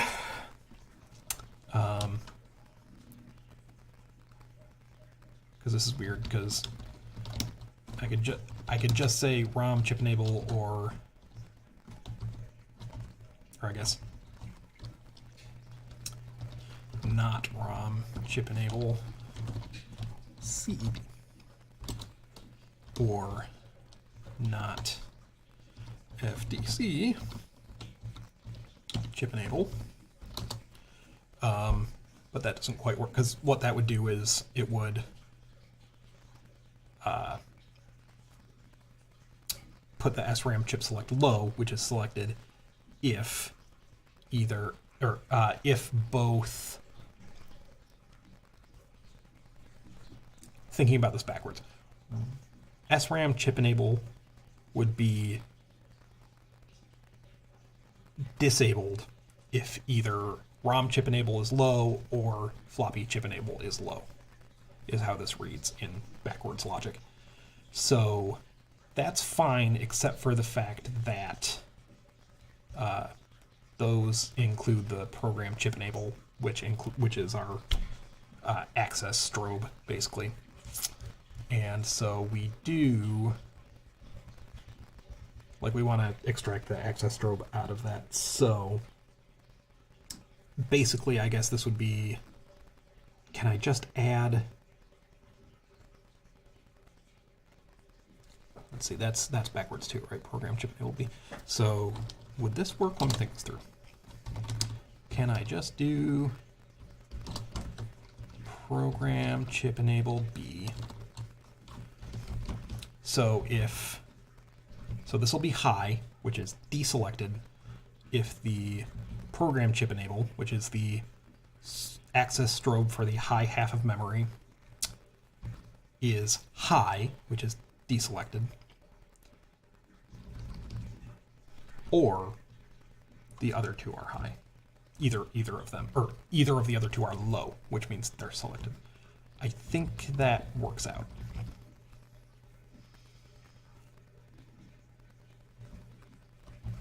Yeah, because this just ends up being redundant with the program chip enable Bs that are already over here. But it means that if program chip enable B goes low, and at the same time neither of these are activated, then we activate the SRAM. I think that is perfectly fine logic. Now I'm not going to burn that yet. I am going to finish wiring this up, but at least this is set up for us. So SRAM chip enable B is going to be on pin 15 of the 16V8. So I need to finish wiring that. There we go.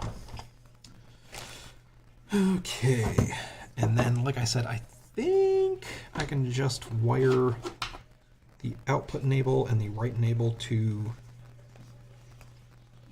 those write B and read B signals that I already have. Hopefully.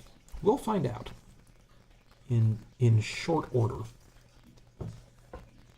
Okay, so this is chip enable on the SRAM. And pin 15 of this thing is hiding somewhere over here. Okay.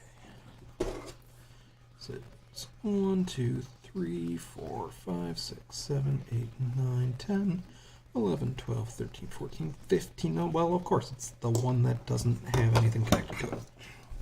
I guess I could have seen that coming.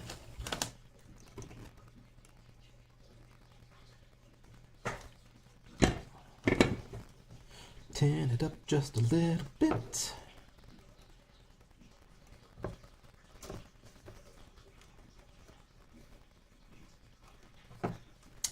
Seems like a sufficient length of wire.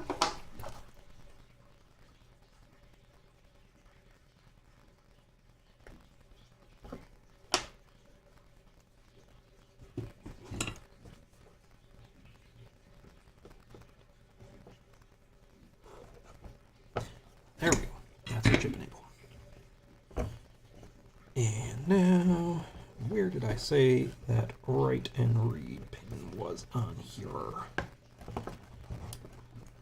I think my output enable actually might be already wired up the way I need it, which would be nice.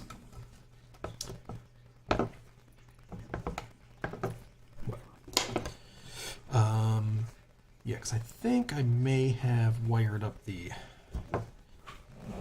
output enable of... Yes, my multimeter was on the floor. That's the kind of situation we're dealing with today. Okay, but yes, so I think I wired up output enable on this to that write B signal, and that write B signal is on... Oh my god, I closed it. What a moron.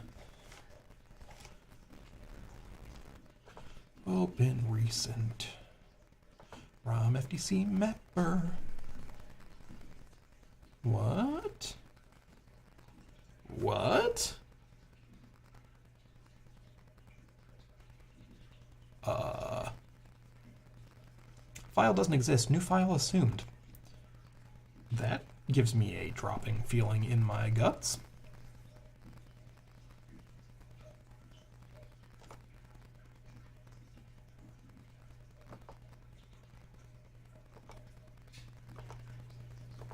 What did I do? What did I do, guys? What did I do? Oh, God. What did I do? Oh, what did I do? What the fuck did I do?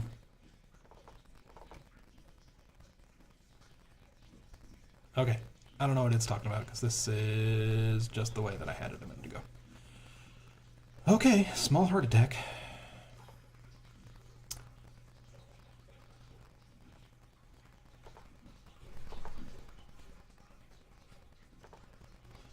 Anyway, write B is on pin something. Write B, pin 17. Wait, no, but I care about read B because I'm seeing if that's going to output enable. That is pin 16. The subsequent pin.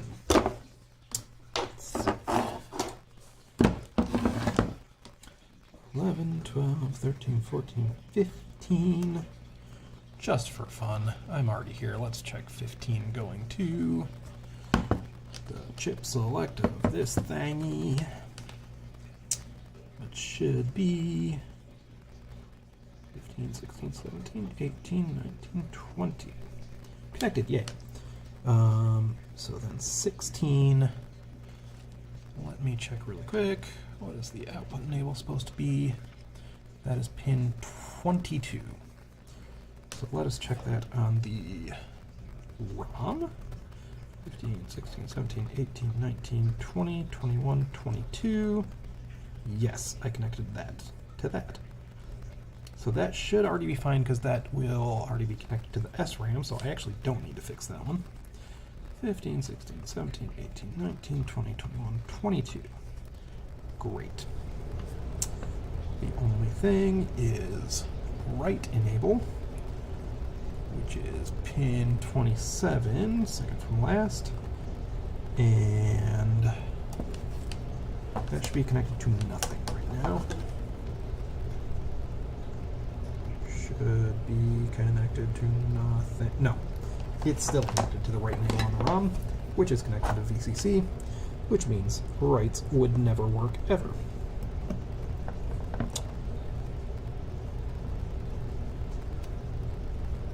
Let's fix that.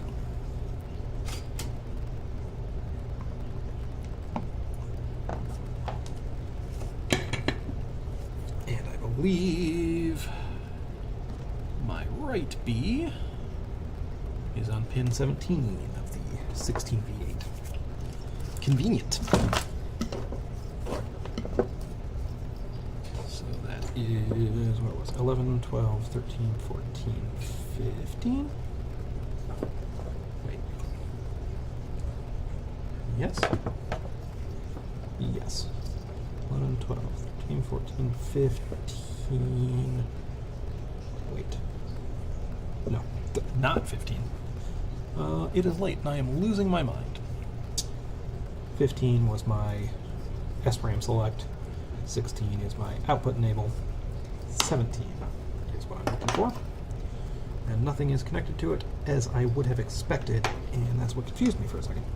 So I said to myself, wait, 15 does have something connected to it. That's quite odd. Yes, it is the thing you just connected. Anyway, moving on.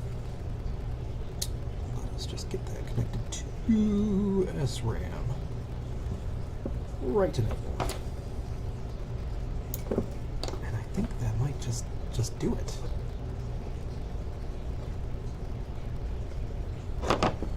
And then we burn the 16V8, and then we boot this thing, and we see if we get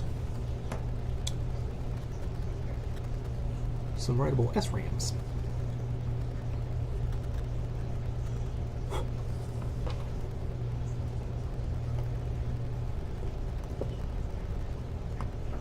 Okay, that is what I would consider run. So, back to reality. Oh, there goes gravity.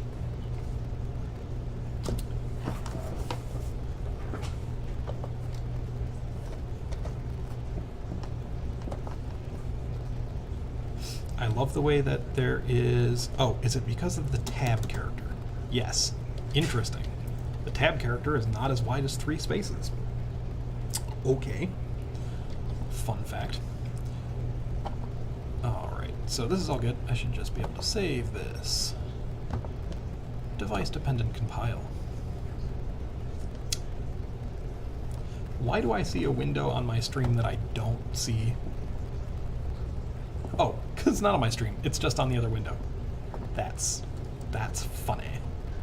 That's so funny. But now I seem to have crashed everything, which is not as funny. And it's gone. Okay, let's pull WinCouple back up and hope that I didn't just lose everything. Ooh, and in the background I am seeing Dave's SDI pics in Discord. And I'm not looking too close, but I'm liking what I'm seeing out of the corner of my eye. Okay, good. I haven't lost it all. Thank God. And that looks right. Okay, let's try this again. Run. Device dependent compile. Drag this window from... Oh, what the hell? Oh my God, does WinCouple not like negative window location? Okay, I'm gonna try not dragging that this time. This is... Oh boy, this is fun. Here, you know, I'm just gonna do this. I'm not even gonna move the WinCouple window from my other monitor. Let's just try and appease it. Oh my God, no, it just crashes immediately as soon as I... What the fuck?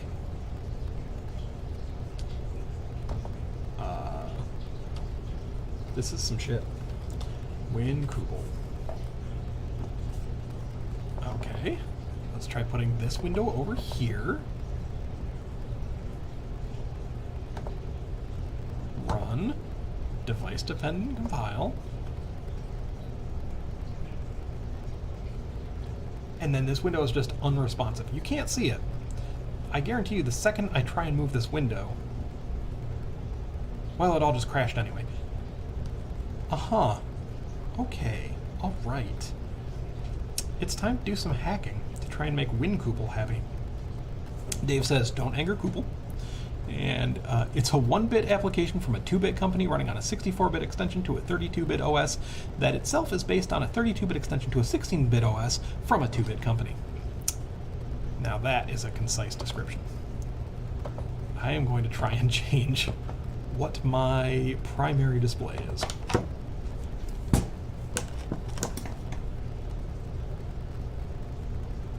Let's see. Let's make monitor 3, which is my streaming monitor, my main display.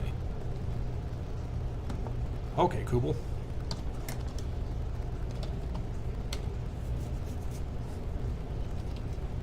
Have at ye.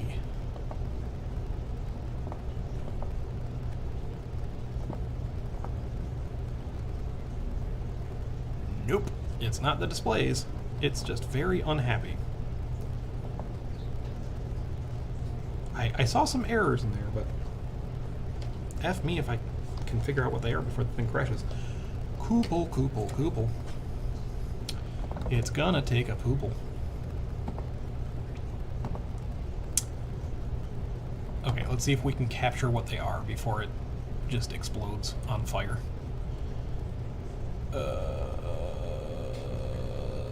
Yes. 3 errors. Invalid input A12. What?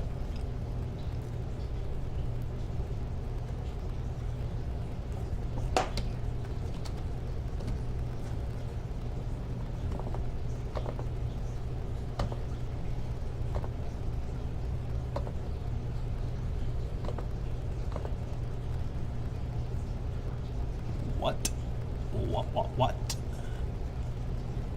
Okay, what line was it saying that was on? Is it just like trying to process a character that it doesn't understand?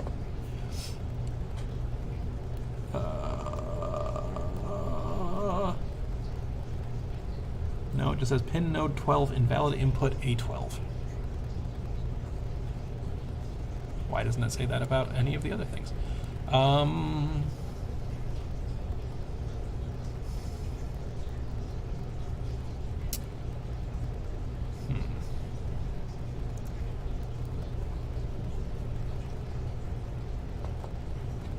Because I feel like pin 12 is one of those ones that's not allowed to be an input, or like it's only an input or it's an output, or it depends on the mode of the chip. I'm sure that's not why it's crashing. It's crashing because it's dumb and terrible.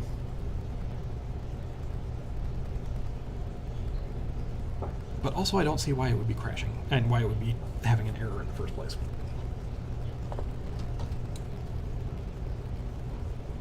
One second. Rearranging windows.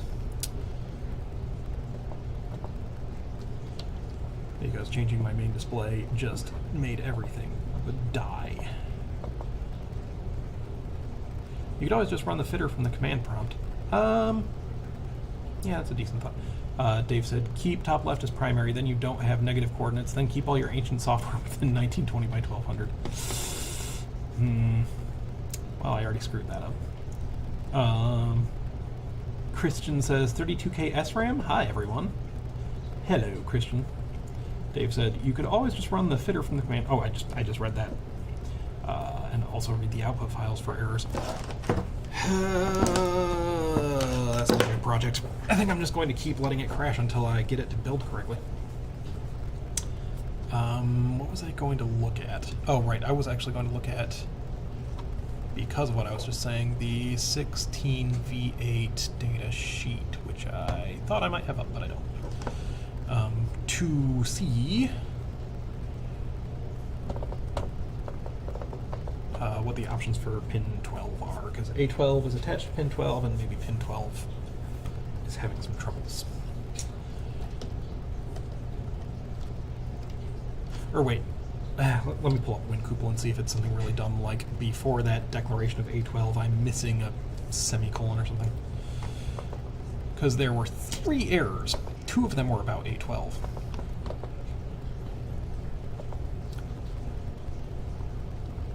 Okay, we're gonna do this again. It's gonna crash. I'm sorry. I just want to see what error 3 is. Oh, well, that was fast. I think it's when I move my mouse. And then it tries to process a message and poops the bed.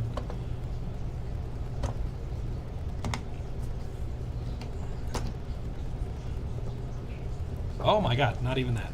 Okay, cool. Dave said, I don't think 12 is an IO pin. Yeah, that's what I was thinking.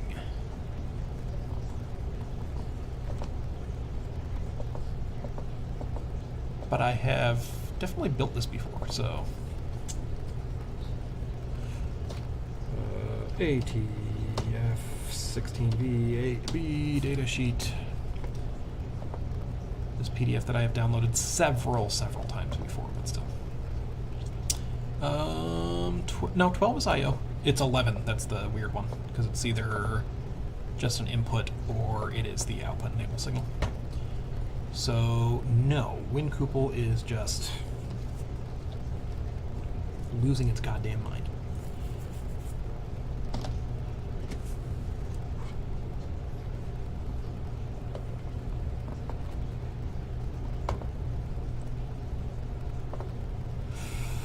So let me see if there is anything obvious.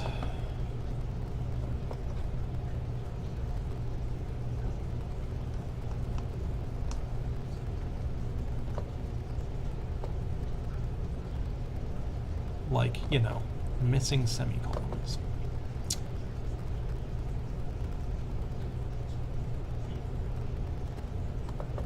No, man, I think it's just getting high on its own supply.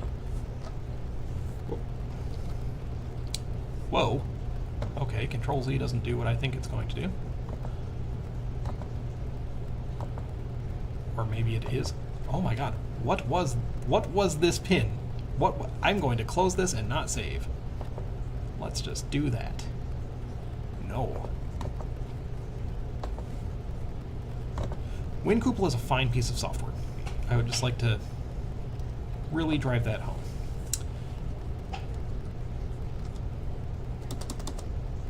I'm going to get rid of all tabs because they frighten me.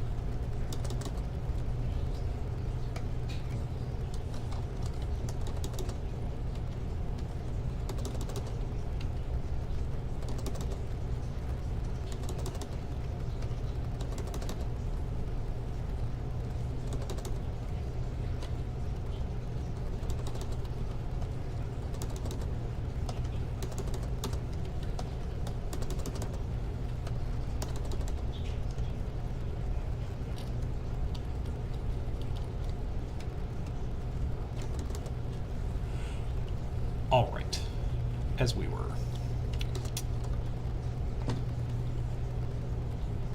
I mean, I don't see anything that looks untoward.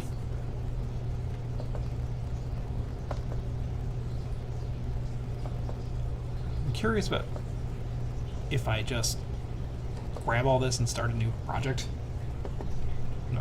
I'm not gonna do that right away, but I'm wondering if something has gone very wrong with WinKuppel in that particular file. So I'm legitimately just gonna start a new file and see what it thinks. File, new project? Sure. Yes, yes, yes.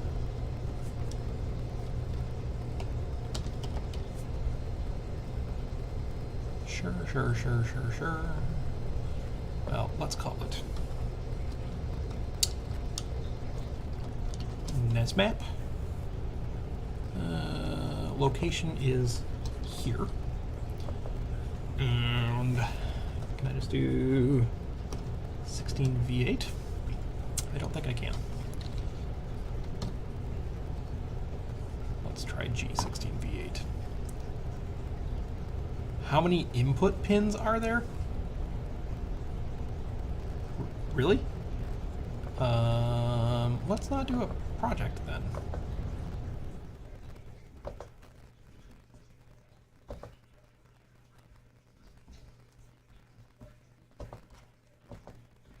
WinKuppel is just, it's so good, is the thing.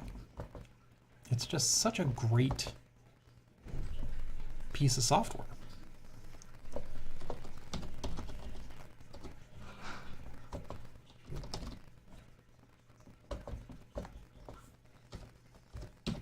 I thought G16v8 was an acceptable name. Anyway, let's call this one NES Mapper. Wow. You have to do this every time, huh? Okay. That is 9, 10 input pins.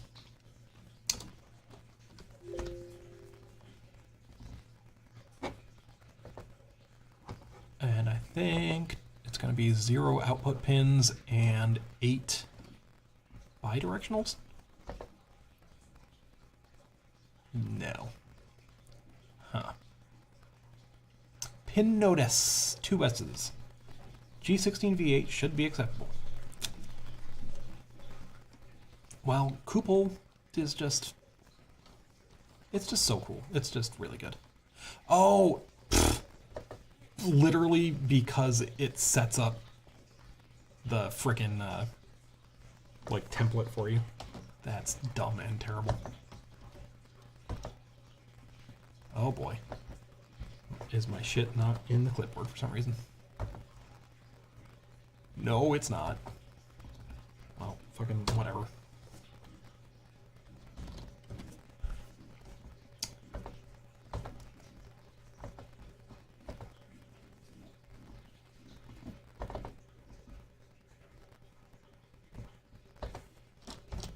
Start.pld, the traditional Windows text format.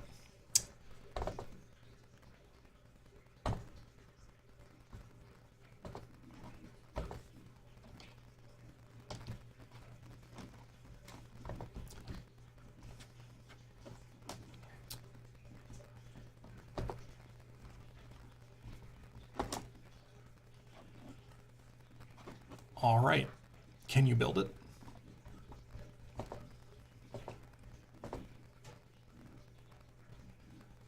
Nope, it's just as broken. That's fascinating. Let me see if one of my other projects builds.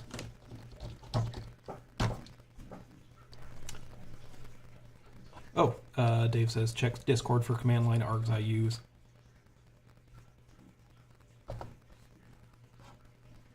Kuppel.exe. Okay. I'll try it. I'll give it a try.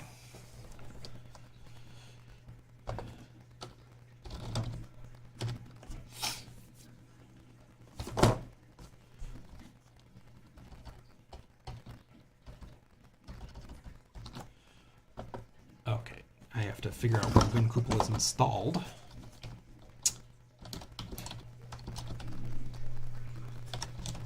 Probably over here. Wait, do I not have program files x86? Oh, I do.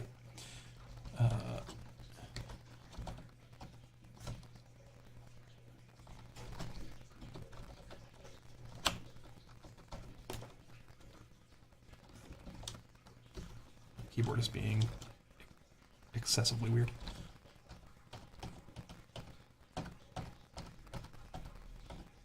Nope. Okay. WinKuppel.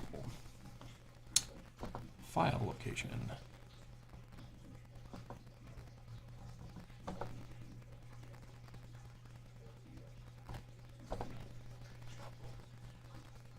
I was thinking it might be that. It's such an old, terrible program that it installs itself in C WinKuppel.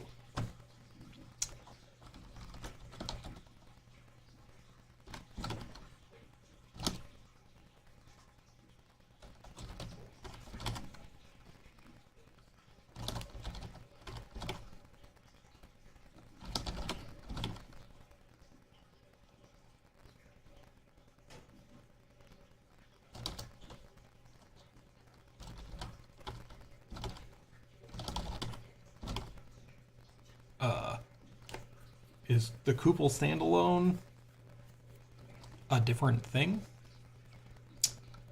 Am I going crazy? The only executable I see here is the WinKuppel executable. Oh, it's probably in shared. Yes, it is. Right, so let us review what Dave told me to do.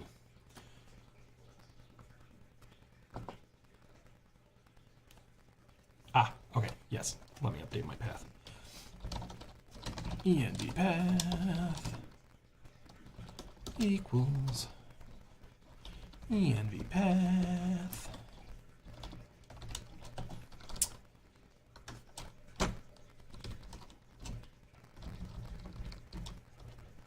I don't think this is necessary, but I'm gonna be safe.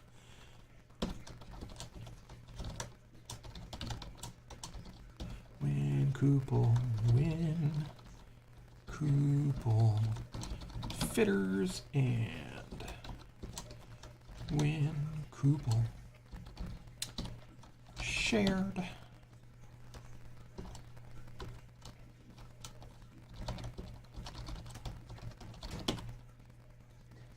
That looks reasonable.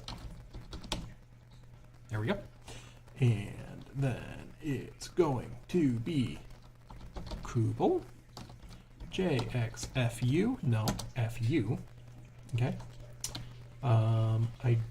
What's that Kuppel.dl?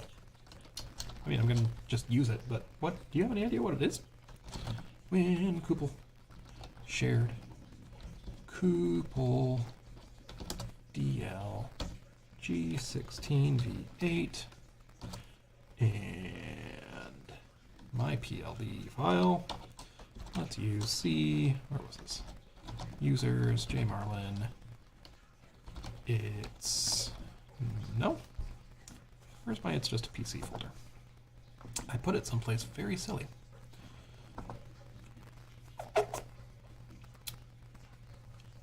Is it in documents? It's probably actually in my documents folder. Yes, it totally is. Documents. It's just a PC. Source.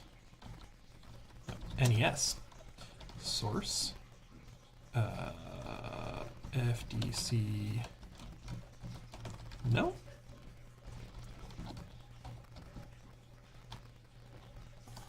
Really?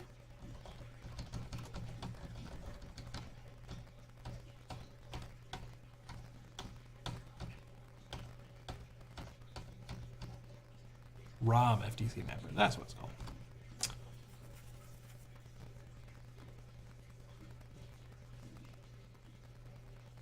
Ah, so it's actually crashing running the Kuppel fitter. Interesting. So it's reporting 3 errors, but it's like crashing on the 3rd one. What the shit? What the actual fuck? What am I supposed to do now?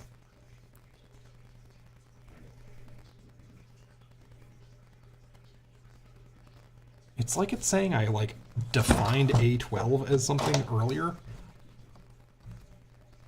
What? Huh? Huh? What? I should probably pull chat back up. See, this is where this gets fun. So fun.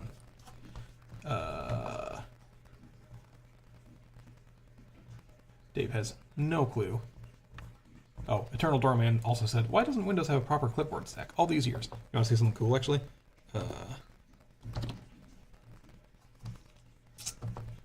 I believe they added this in Windows 10, if you have not used it before. Yeah. Windows Key V. It's actually very nice. Gives you a clipboard with history. I don't ever use it, but it's cool that it exists. Same base name as the PLD. All right, let's see. C users, Jamarlin, documents. It's just a PC. NES, source, ROM, FTC, nope, that's the only file. There is no .doc.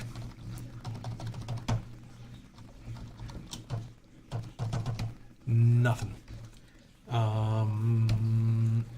So it is this file. Something about this file it really, really, really hates. Do I have Vim installed here? No, I've broken my computer. Damn. Yeah, Eternal Doorman. There's one for you. That's my IT tip of the day. Show your coworkers that. Blow their mind.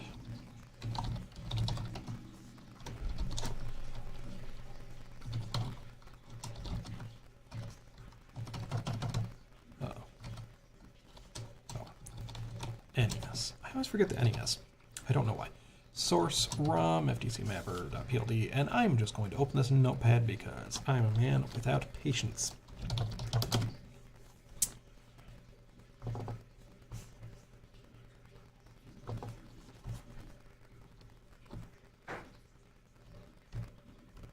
I mean, really, at this point, what do I do?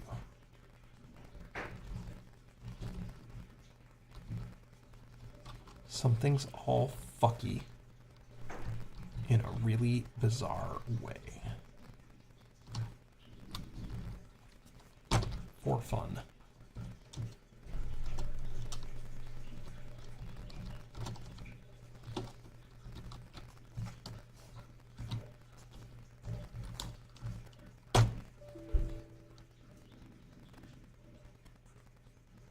Okay, so now it's just bitching that I'm using A12 in expressions, and yet it is not there, which is fine. So, just to figure out what it hates so much about this program, I am going to comment out all the A12s. And it's perfectly happy with that. It is, oh wait, no, it's not. It's still doing this invalid input thing and then crashing. Crash, crash, crash. Come on and crash. Okay, so as I suspected, it probably really has nothing to do with this A12. I kind of am thinking that that is potentially just because of the actual weird underlying issue that's causing it to crash. So let me, I'm going to, the only thing that I really changed was adding the SRAM chip enable expression. So I am actually going to comment that out for a second. Oh, ew, wait. No, it's not that. I was going to say, is it because I am using feedback in a way that's actually not allowed here? because I'm referencing the ROM chip enable B and the FDC chip enable B in that equation. Could be, but I kind of doubt it. That should be legal.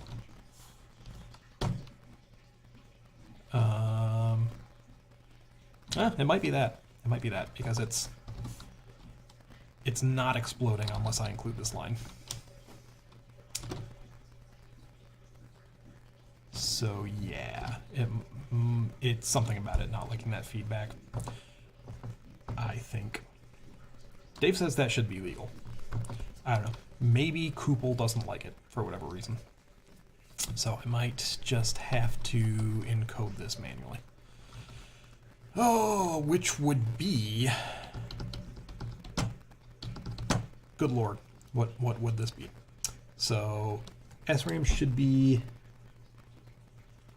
The chip enable should only be asserted. Backwards logic. The chip enable should not be asserted if program chip enable B is asserted, or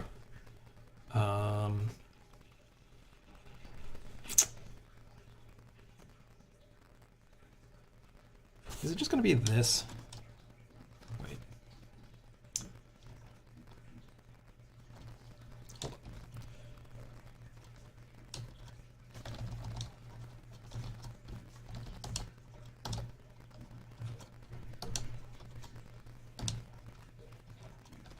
I could also simplify this from first principles by combining the two expressions.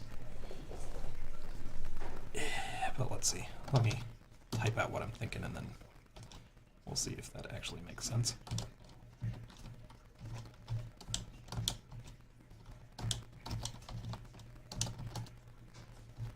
Because what I'm thinking here is these ones being the opposite of these ones.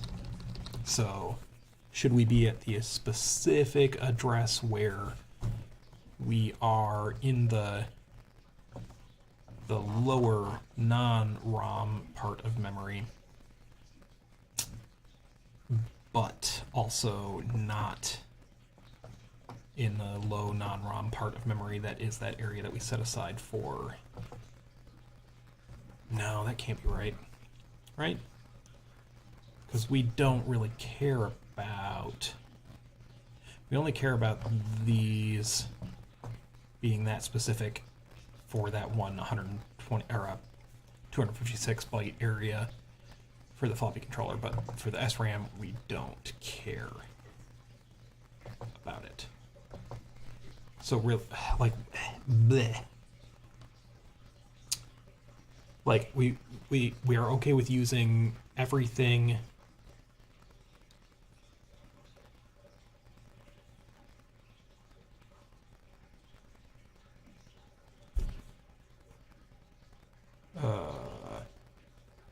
Dave says actually you can drop things before the A11.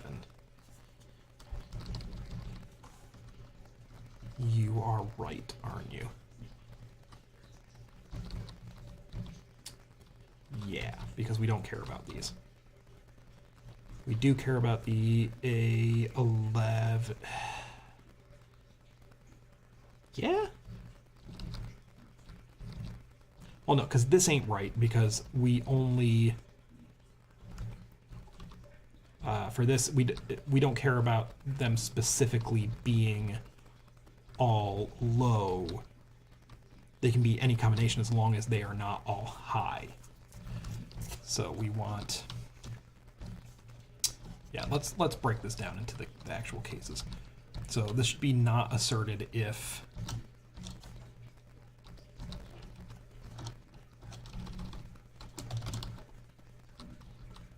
So if A12, A13, and A14 are all high, then this will be high, and that means not asserting SRAM chip enable. So that is true. So if all three of those are high, then we are in ROM area, so we definitely don't want to assert the SRAM. And then for the to not stomp on the floppy area,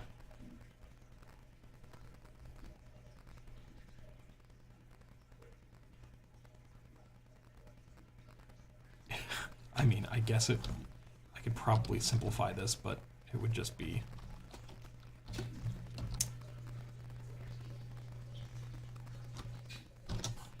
I mean, I guess the same thing, more or less, right?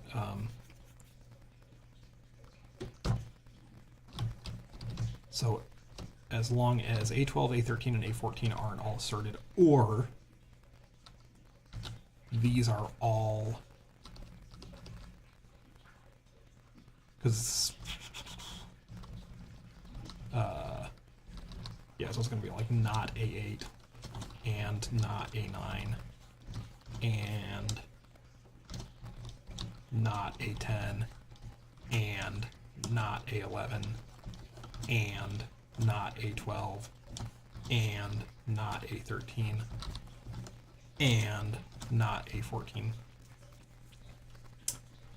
So, in those two cases, SRAM chip enable should not be enabled, which is this, basically just the combination of these.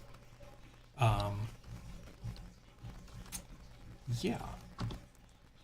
So it's gross. That could almost certainly be simplified, but I think that's great. I think that will be fine. Let's see if it builds now. Yeah, of course it does. Of course it does. Dave is telling me I can use some kind of cool notation that sane people use, and I'm sure you're right.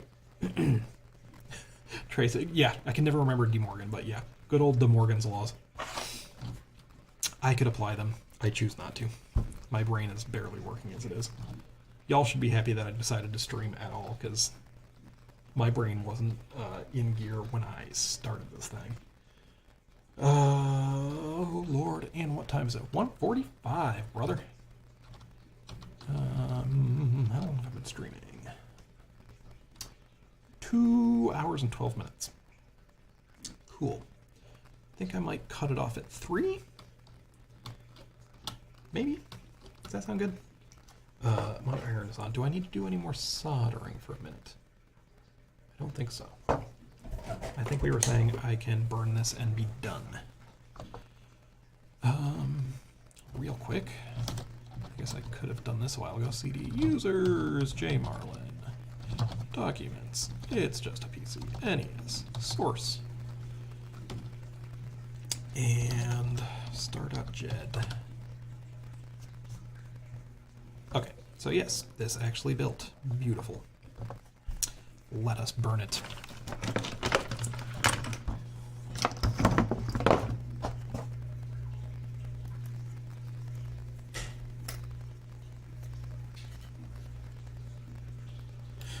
I don't know if I've ever, while I'm doing this, there goes my gal.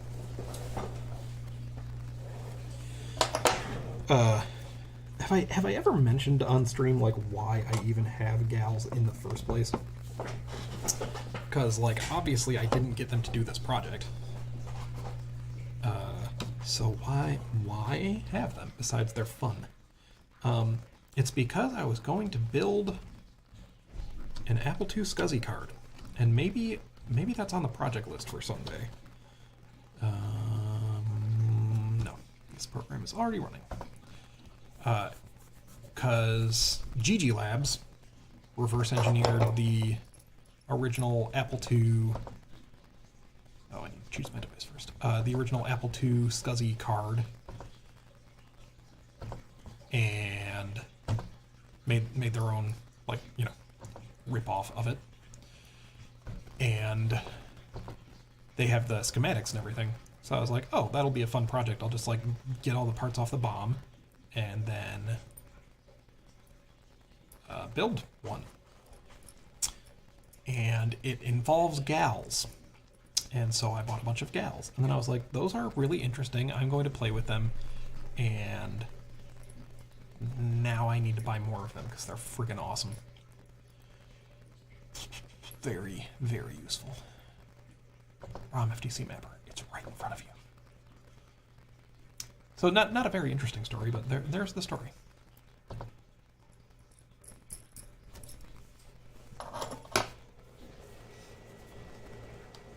Okay, programmed. think it'll work first try? And then do you think I can get the floppy controller wired up in the next 45 minutes? All right, let's plug that in and go to this screen. Shunk. Shunk. And do the classic reset the video capture device because it always needs to be reset for some reason.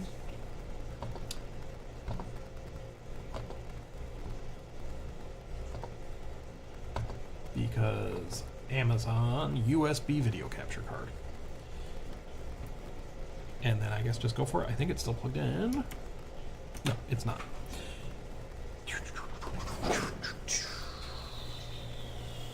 Where does the other end of this go?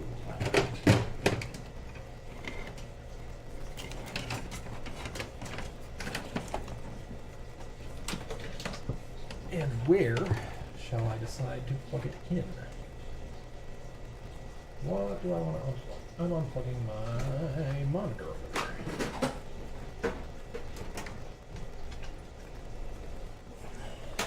Because my basement doesn't have enough electricity.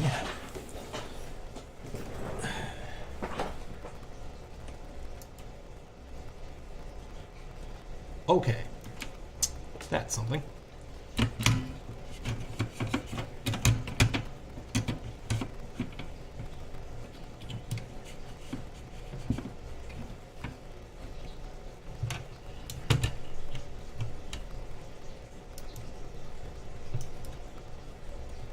I should probably check the continuity on all of my connections.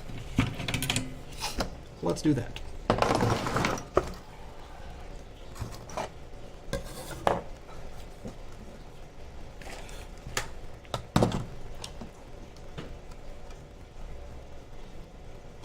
Here we go.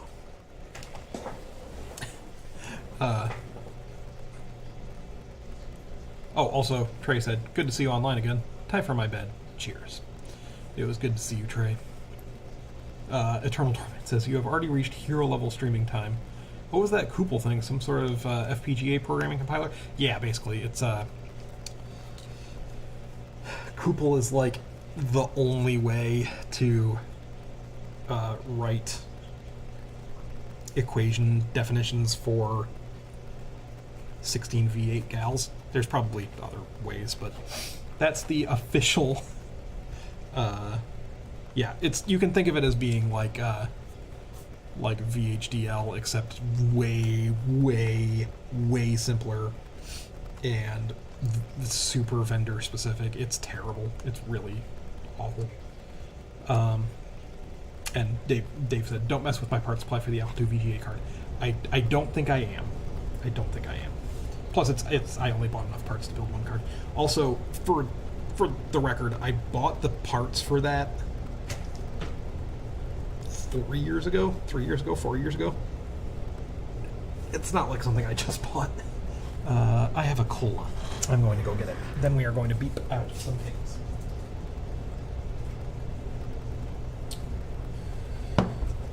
Okay.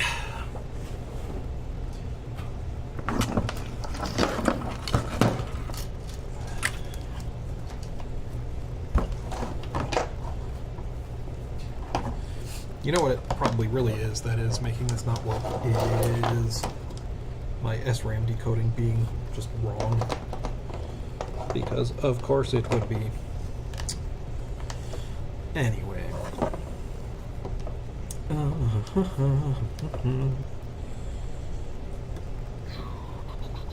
I need to be looking at a pinout because I can't remember. Even though I look at these chips all the dang time.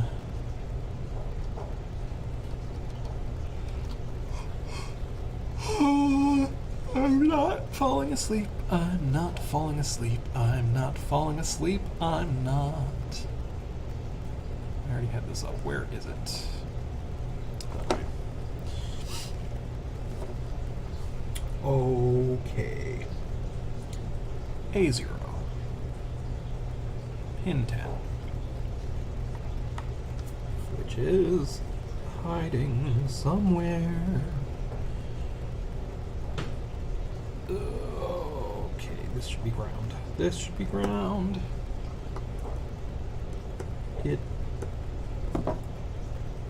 Okay, weird. The fuck? The fuck? Oh no. This should be, there we go. Losing it.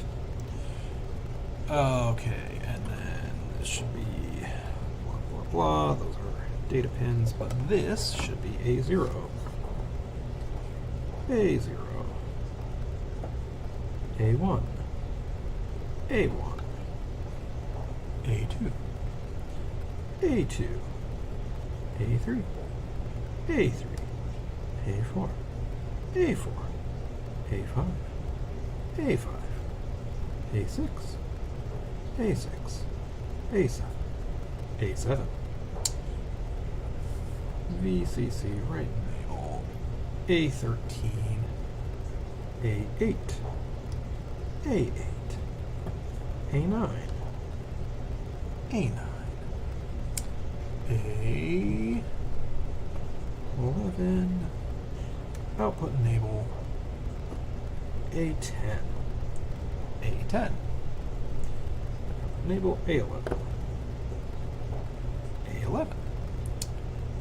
A12 is hanging out over at pin 2.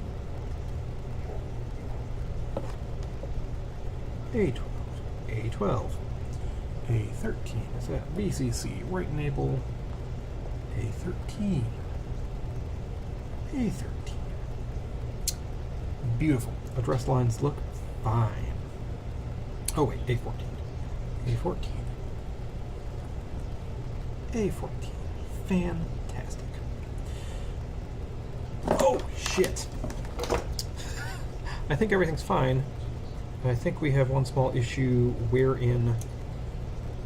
Oh my god, I marked that too. Go back and watch the last stream, because I very explicitly said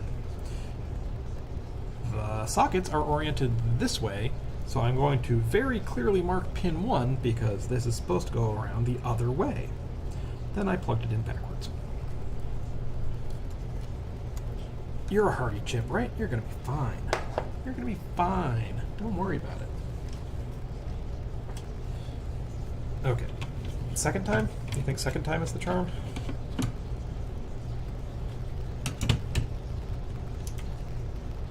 Yes, it is. Yes, it is, my dudes and dudettes and other kinds of pets.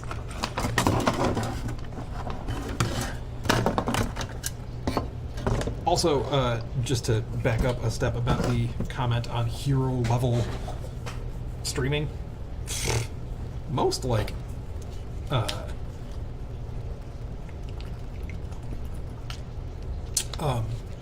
live coding stuff and whatnot that I watch are like 3 or 4 hour streams. Just nothing. And also, I used to stream an hour every day until I realized that that was like super in it. Like the overhead just made it not worth it because I wasn't really accomplishing much. And I accomplished more in like these big bursty ones. So, yeah. I would rather... I seem to be making better progress doing like a 4 hour stream every other week than a little bit of streaming every day.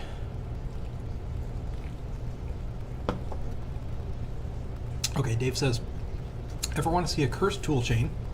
Yes. Yosis, don't know what that is. GHDL, which I assume is some proprietary HDL. Skittle, don't know what that is. To KiCad.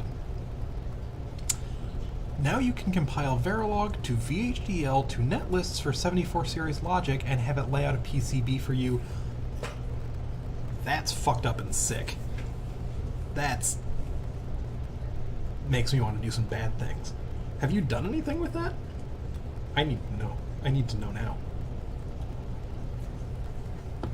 Alright. So, what I need to do now is probably move my head out of the way, sadly, because we will actually be using the full content of the screen. And I figure out how to get my mouse over onto the proper window. Here we go. Shrink me down. Send me over here. Okay. So all we know at this point is that the ROM isn't broken. So that's good. But we know nothing else. What we need to know is the SRAM working? So let's poke around at it a little bit. So SRAM should be anywhere that's not the floppy area, firstly. So let's try writing to 8000, because 8000 should be the base of the floppy registers. And we should just get... we should not be able to write anything there. God, excuse me.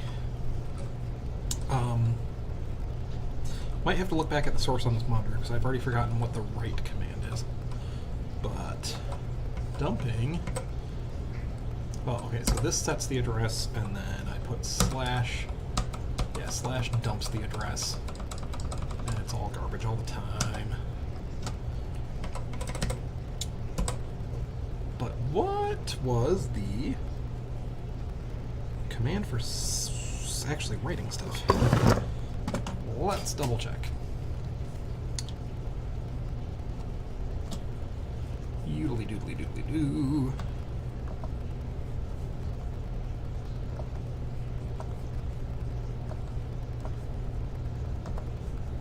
Hello, Visual Studio Code. You are flying all over every monitor except the one that I want you on.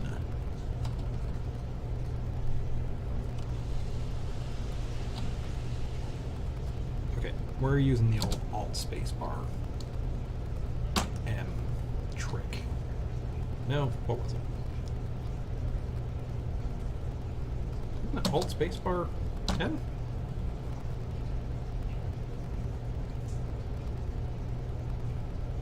It should be Alt space bar, right?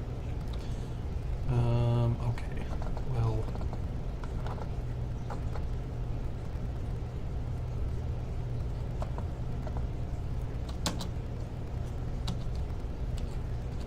I clearly don't know what I'm doing. Are you guys enjoying watching this window fly off into space repeatedly? Let's just try this again. Code. I think that's the right folder.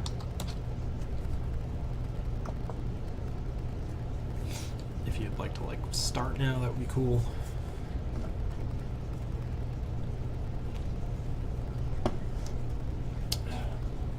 Oh boy, Dave said link in Discord for later. I am afraid of losing my mind should I gaze upon it. Alt space M arrow key movement. Yeah, apparently it doesn't work with Visual Studio Code, and for some reason I can't grab the title. I cannot grab the title bar. There we friggin' go. This is the weirdest thing anyone has ever experienced. Yeah, Alt spacebar doesn't work. That's very annoying. I guess because there is, because actually there is technically no icon menu or whatever the technical term for that is on this window. Well, that's just stupid.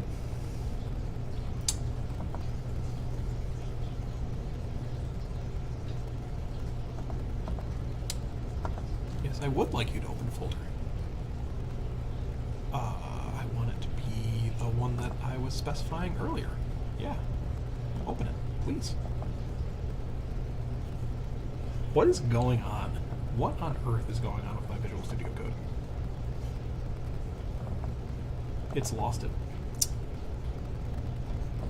I've lost it, and now Visual Studio Code has lost it. Well, okay, let me just try. This has been... See, I'm cursed. I am cursed. It's not that I am bad at this. It's that I'm cursed. We've had 2 just programs not doing their job in this stream alone. And it's not me making mistakes.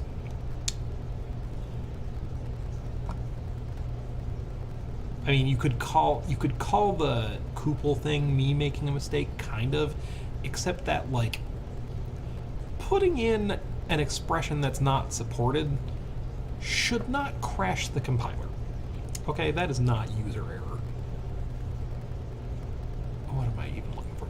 Oh, right, I'm looking for... What the hell did I call the assembly file? Basic.asm. Okay, it can open that just fine. Thanks. Oh, and we're looking for commands, and we're looking for commands. And we're looking for commands, and we're looking for monitor commands. Okay, here we go. Let's see.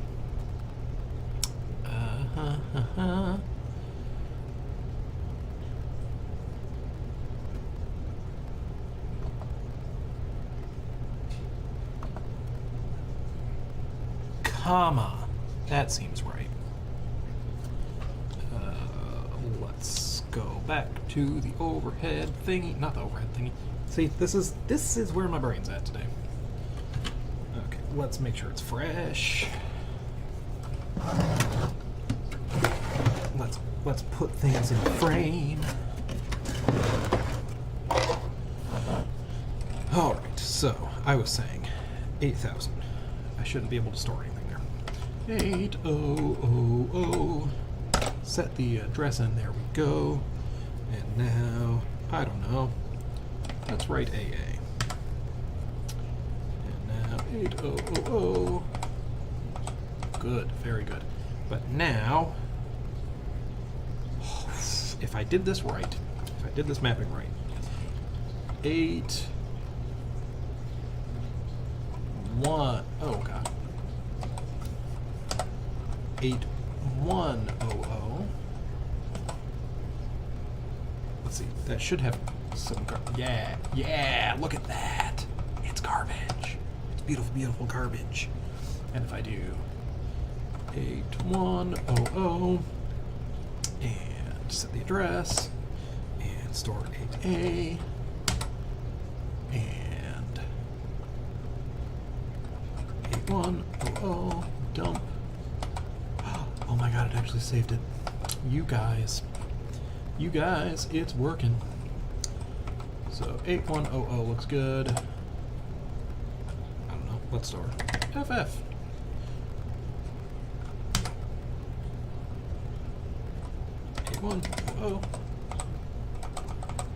Lovely. So let me then check the end of memory, which, so anything, let's see, what is that going to be? F000. Yeah, F000 is going to be the beginning of our ROM space. Right. F000. That is our ROM. And if I try F000, set the address, I don't know, write FF, F000,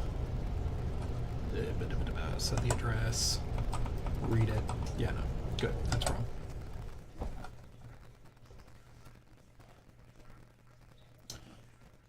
Spooky.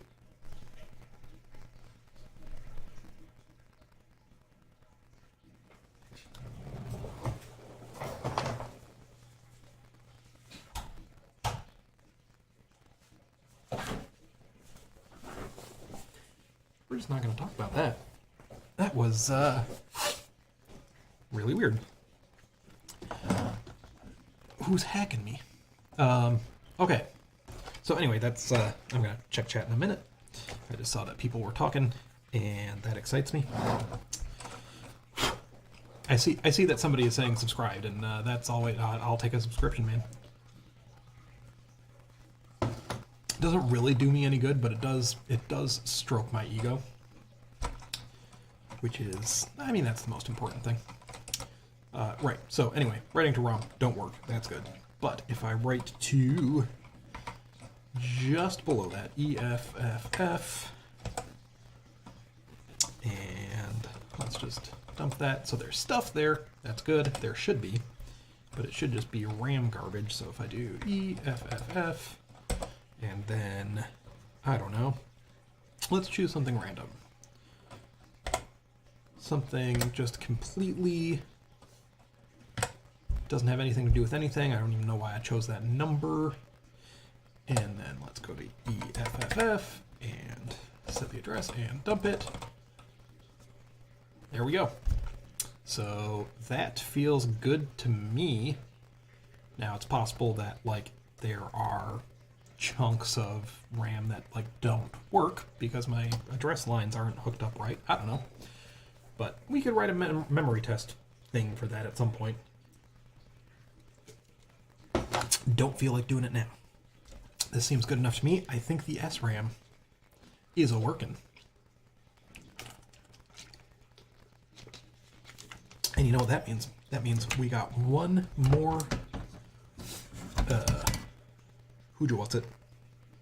peripheral to wire up. So what I'm going to do is, here's what I'm going to do. Are you ready for it? Because I'm going to do it. First, I'm going to fix up some of these wires that went wonky on the back of this thing for some reason while I wasn't looking. And then I am going to move this back out of the way, you see. And then I am going to put this here. And I am going to put this to this. And I'm going to read some chat. And then I'm going to take a whiz break for just a second. And then I'm going to see if I can get this thingy. Let's see what I'm pointing at. This thingy wired up.